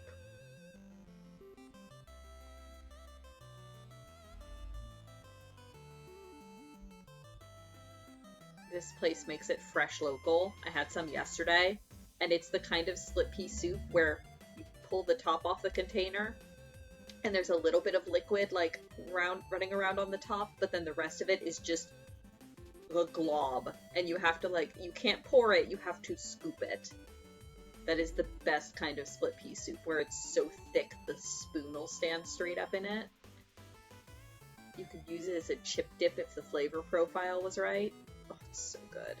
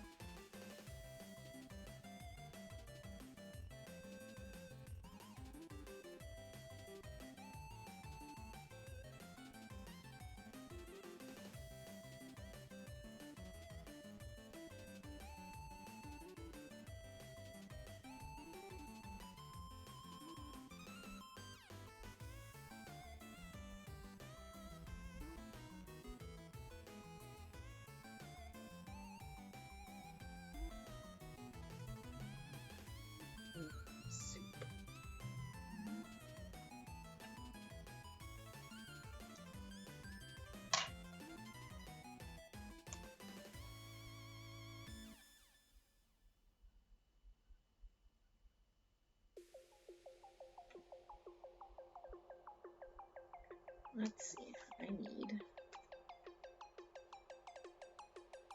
1, 2, 3, 4 of them. There's one. And a cat hair.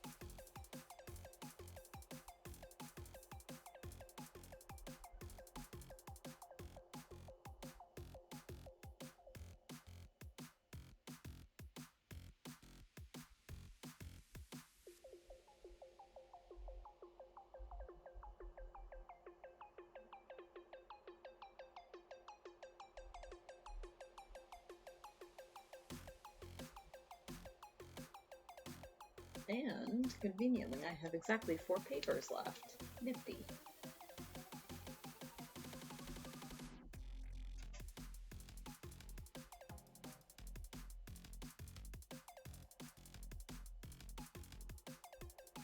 Which side is the right side?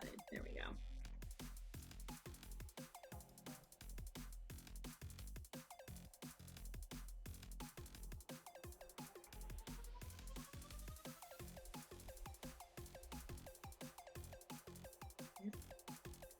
A little too close to the edge there. There we go.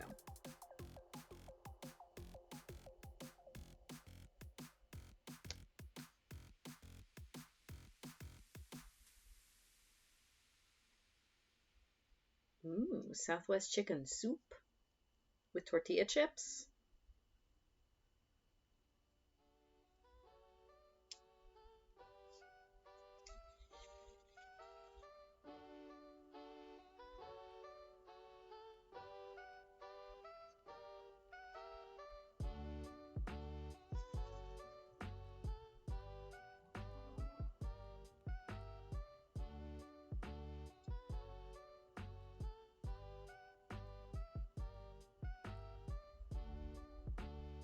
I should see about making my own batch of Southwest chicken soup that I can actually eat.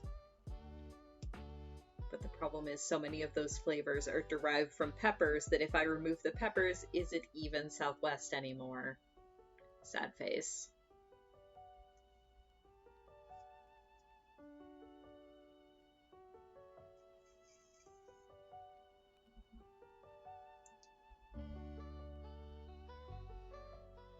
Just want bean burritos without peppers, please.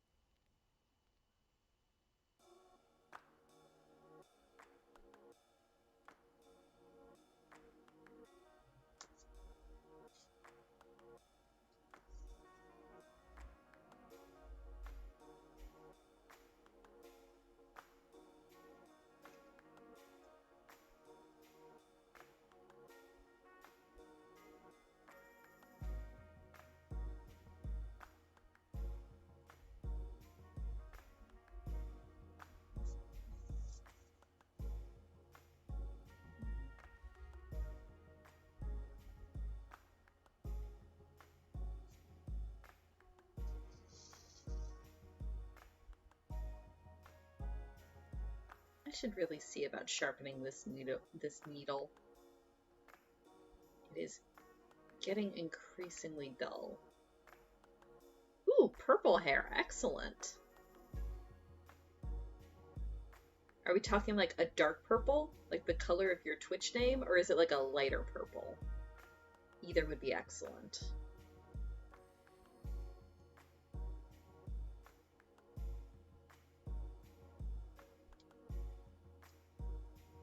Like your Twitch name. Excellent. Purple. Do I have any leather nearby? Not that I'd be willing to needle at. That reminds me, Yalk. At some point, I'll take some pictures and measurements for you. I have a round art piece that's leather that Kara got for me. That I would like some sort of a frame or a stand built for. My original idea was to get one of those like plate hangers where it would just like kind of claw around the edges. But the problem is the plate hangers are all springed and they buckle the leather. Like they're not gentle enough to just hold around the leather without pulling it. It's circular is the thing. Like it doesn't even have to be like a full circular frame, just something with like prongs that hold it that I can then hang on the wall. I've been meaning to get it mounted for ages and just have never gotten around to it because I'm not as handy with the hardware stuff.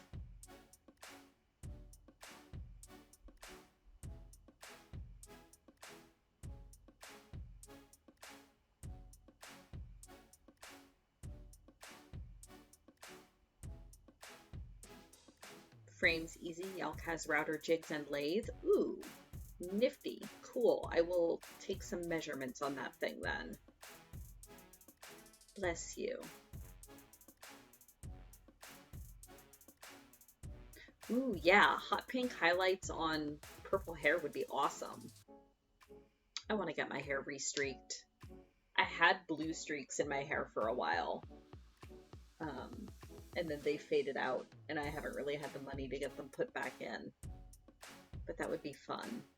Maybe this winter. The problem is that I have a lot of hair. My hair is very long. So even just doing like streaks in it gets very expensive because that's a lot of dye.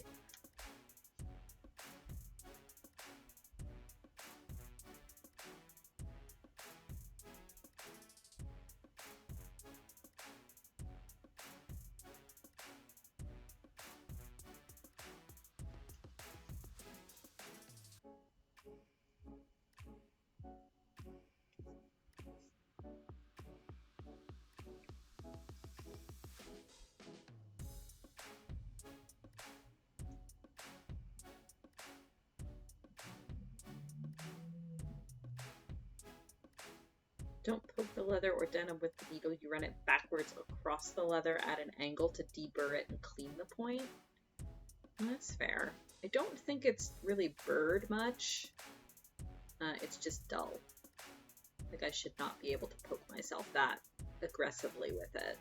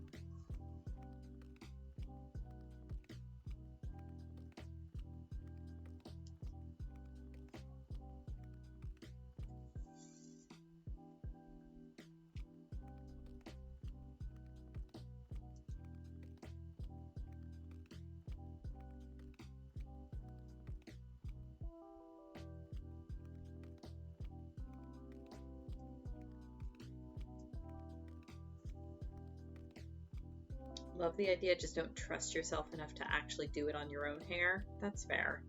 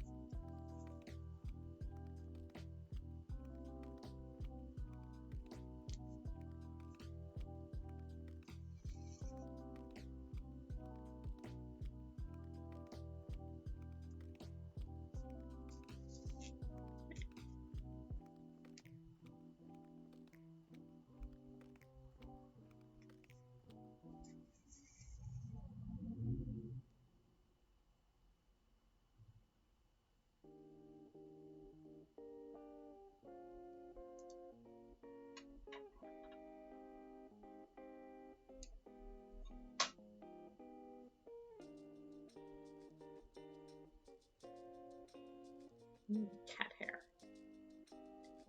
She's not even been up here. When I went downstairs, she was passed out on the window seat, as she does.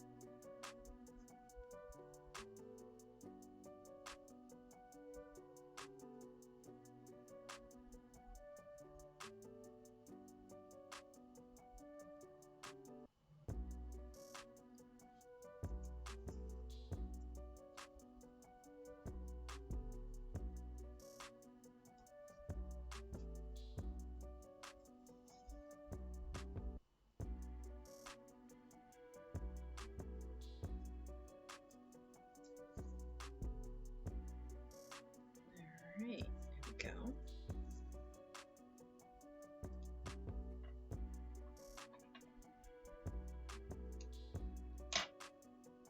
It should be all the orange pieces we need. Oops.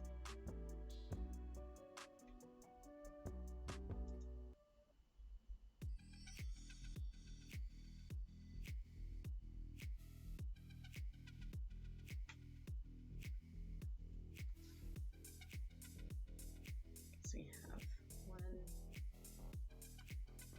2, 3, and 4. Excellent. Okay.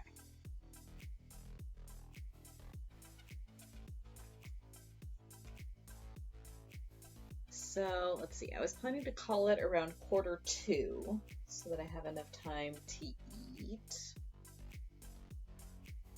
So I think for the last few minutes, rather than starting on attaching these, I'm just gonna call board games on myself.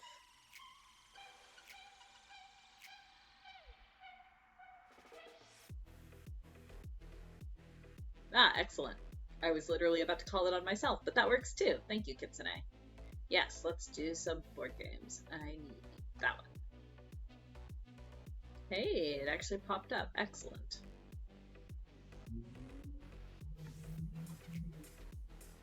Just pull up chat on my phone. Don't actually know what my game spread looks like. Well, 9+. 9+ will be good.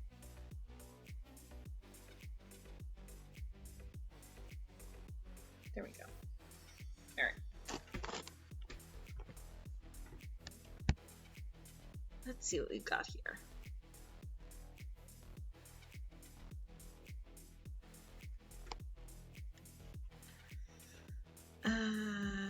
Sure. Let's play a 3. 21 tables. That'll work. More cribbage. I do not have a 4, unfortunately.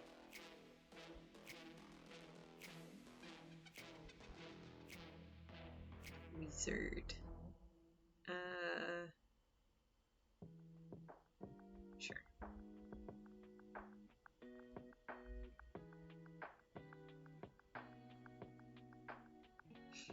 Ooh, okay. I'm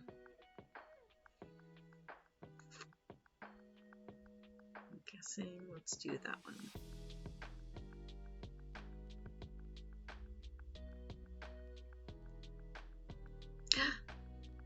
Boop. Kittes. Ooh, okay. Put it there, boop them all. So let's put that there. Boop.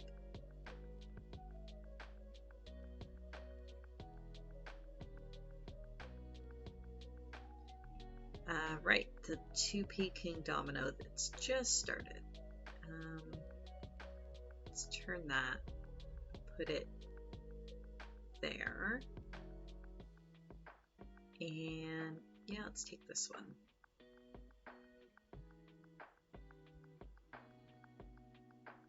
Must not trap SJ and BGA, must not trap SJ and BGA. Well, so there will be a hard stop at 1:45. Because I do need to go eat and then actually go to work. So you can only trap me here for so long. Oh, right, this game. So this looks interesting. So currently I'm trying to make a line of O's of all the same color. And O. And I don't want them, I don't want the other team to be able to make a line of X's here. So let's see. And then I have this +2 card that would let me play 2, but I don't think that's useful at the moment. So let's put that.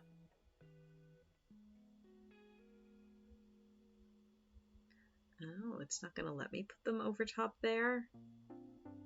I wonder why. It will let me put it there.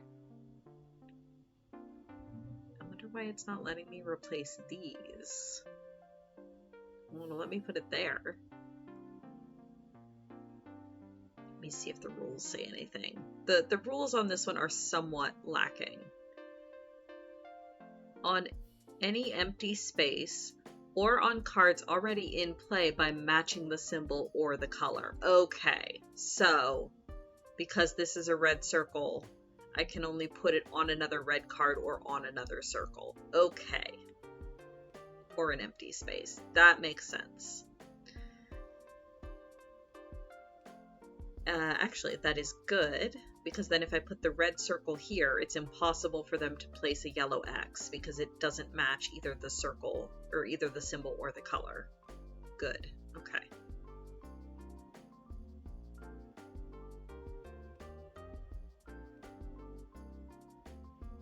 Let's see, 18. Sure.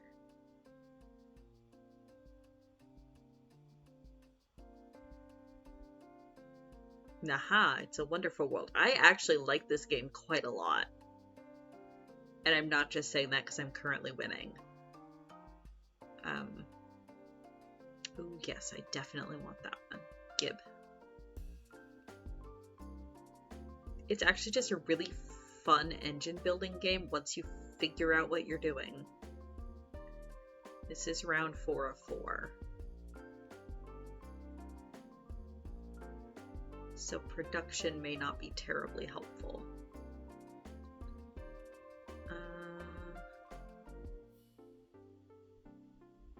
Let's see.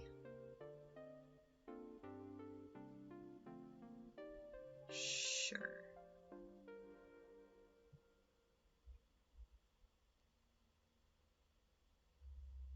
Your favorite new game of the month?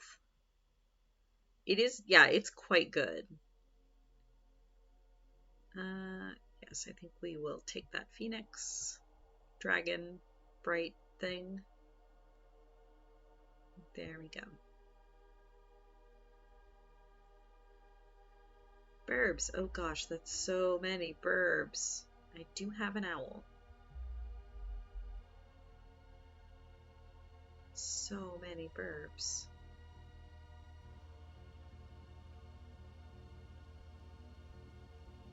Hanabi is blurry. Indeed. Wizard. Oh good, I can win one. Let's do that one. Excellent. Let's try that. Right, number drop.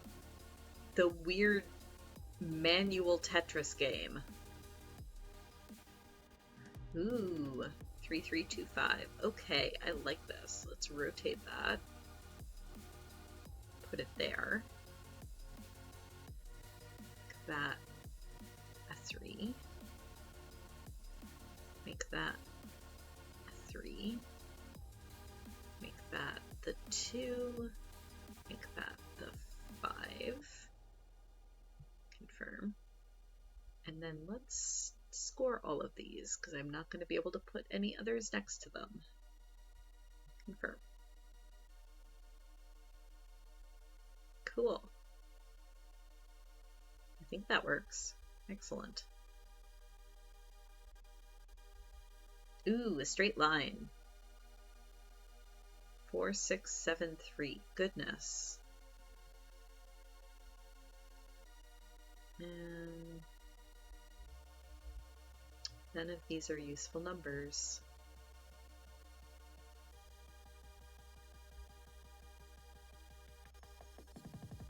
Because I believe you want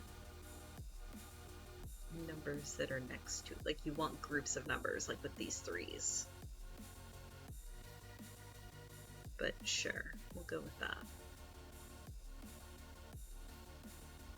I may score a combination. Pass for now, because I think I can put another 2 there and be able to score more.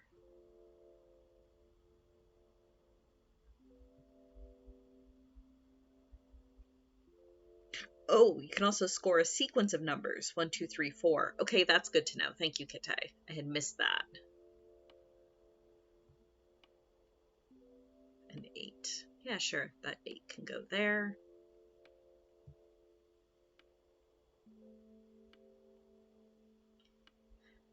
Ooh, double fives. It's okay. I get exactly 31.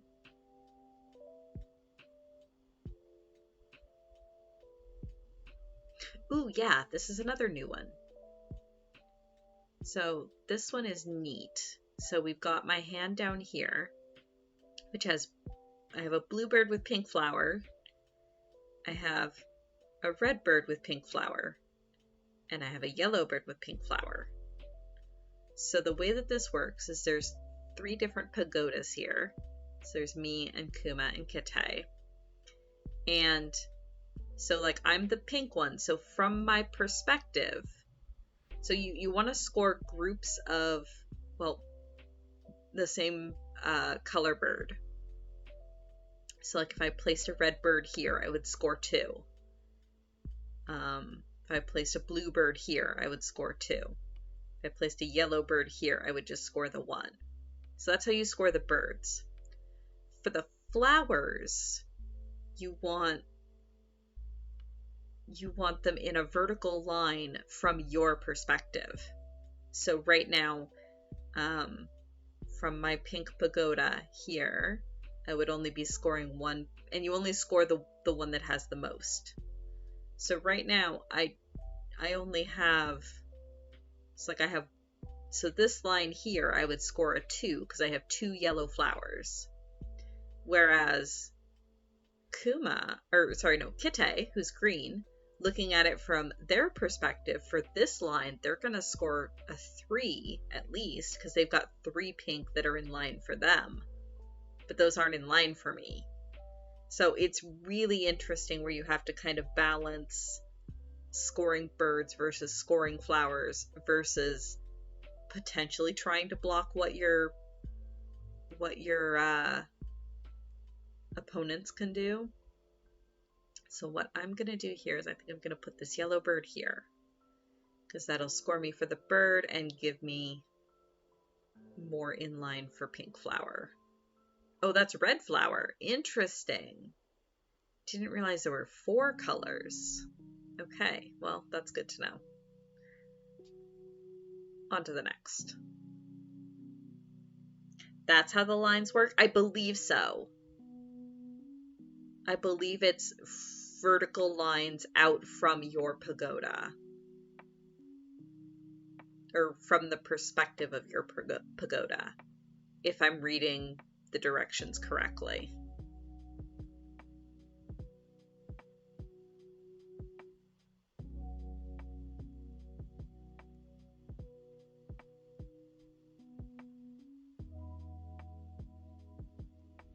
Let's see, Azul. I need a singular black tile there. I'll just take that one. Done.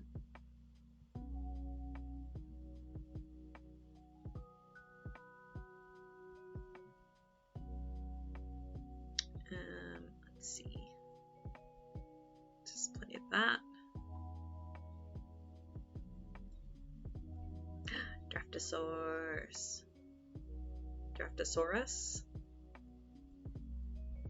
Draftosaurus Rex. On the coffee cup side, huh? Let's do that.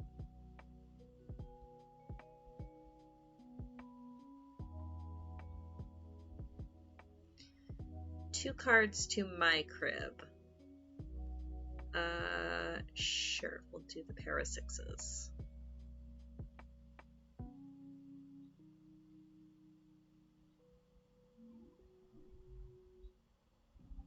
Spade.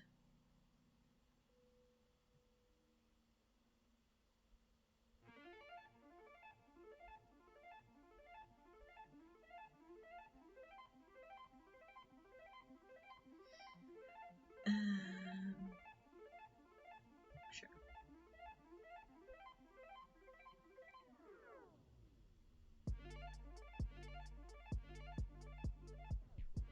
Specialty Azul. Do I have a single light brown? No.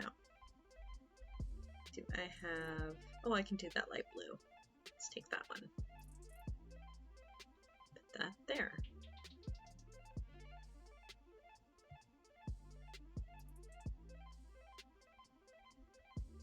other game. I just like playing Azul. Okay, let's see. Do I have a single... I do have a single cream tile. Take that. Excellent.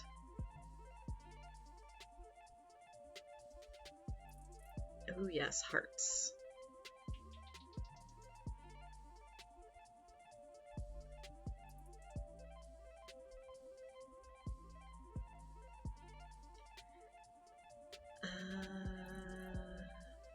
Let's see. Guess the play here is that.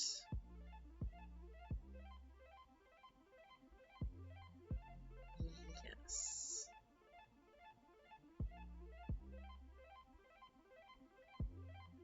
Go big or go home. I'm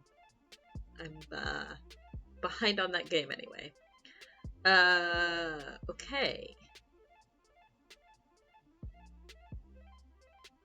Okay, here it gets interesting.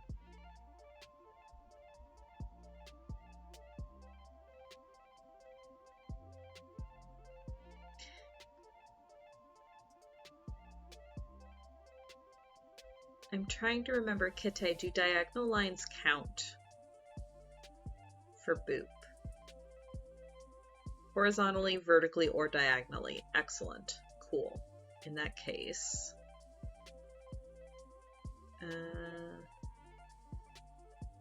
I see what Kite has done.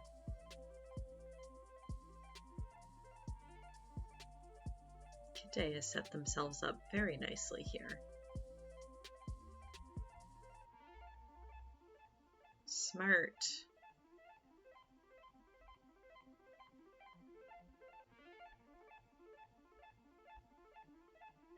So I think...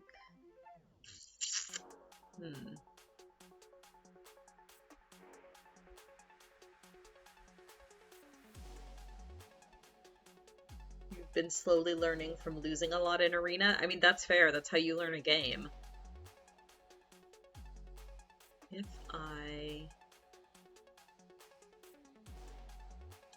Because I can tell what Kite wants me to do. Because what would be advantageous for me, but also very advantageous for Kite, would be to go here or here. Because that would boot this orange kitten up into a diagonal. It would also boop this kitten into a diagonal, whichever way I did it. So Kite has actually set this up very smart. I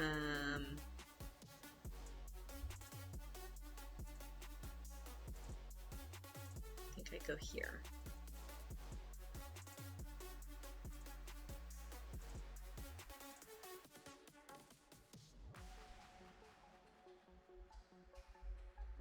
Alright, so for this one I want to go like that. And then, oh goody! Kite very nicely left me a crown.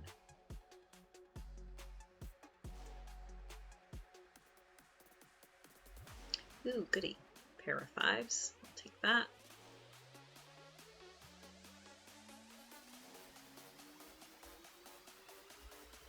Number drop. Okay.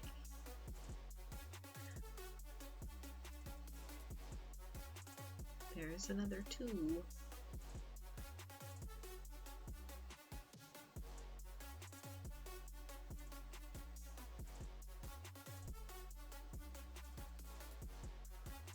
I mean, because you also got to think about Tetris rules, because if whoever reaches this line first, that triggers end of game.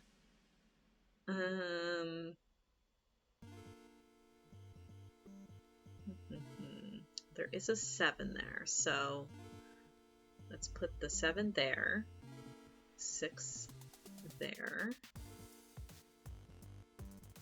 the 5 there, and I guess the 2 there. Because now I should be able to do 2, 3, 4, 5, 6. Ah, cool. Neat.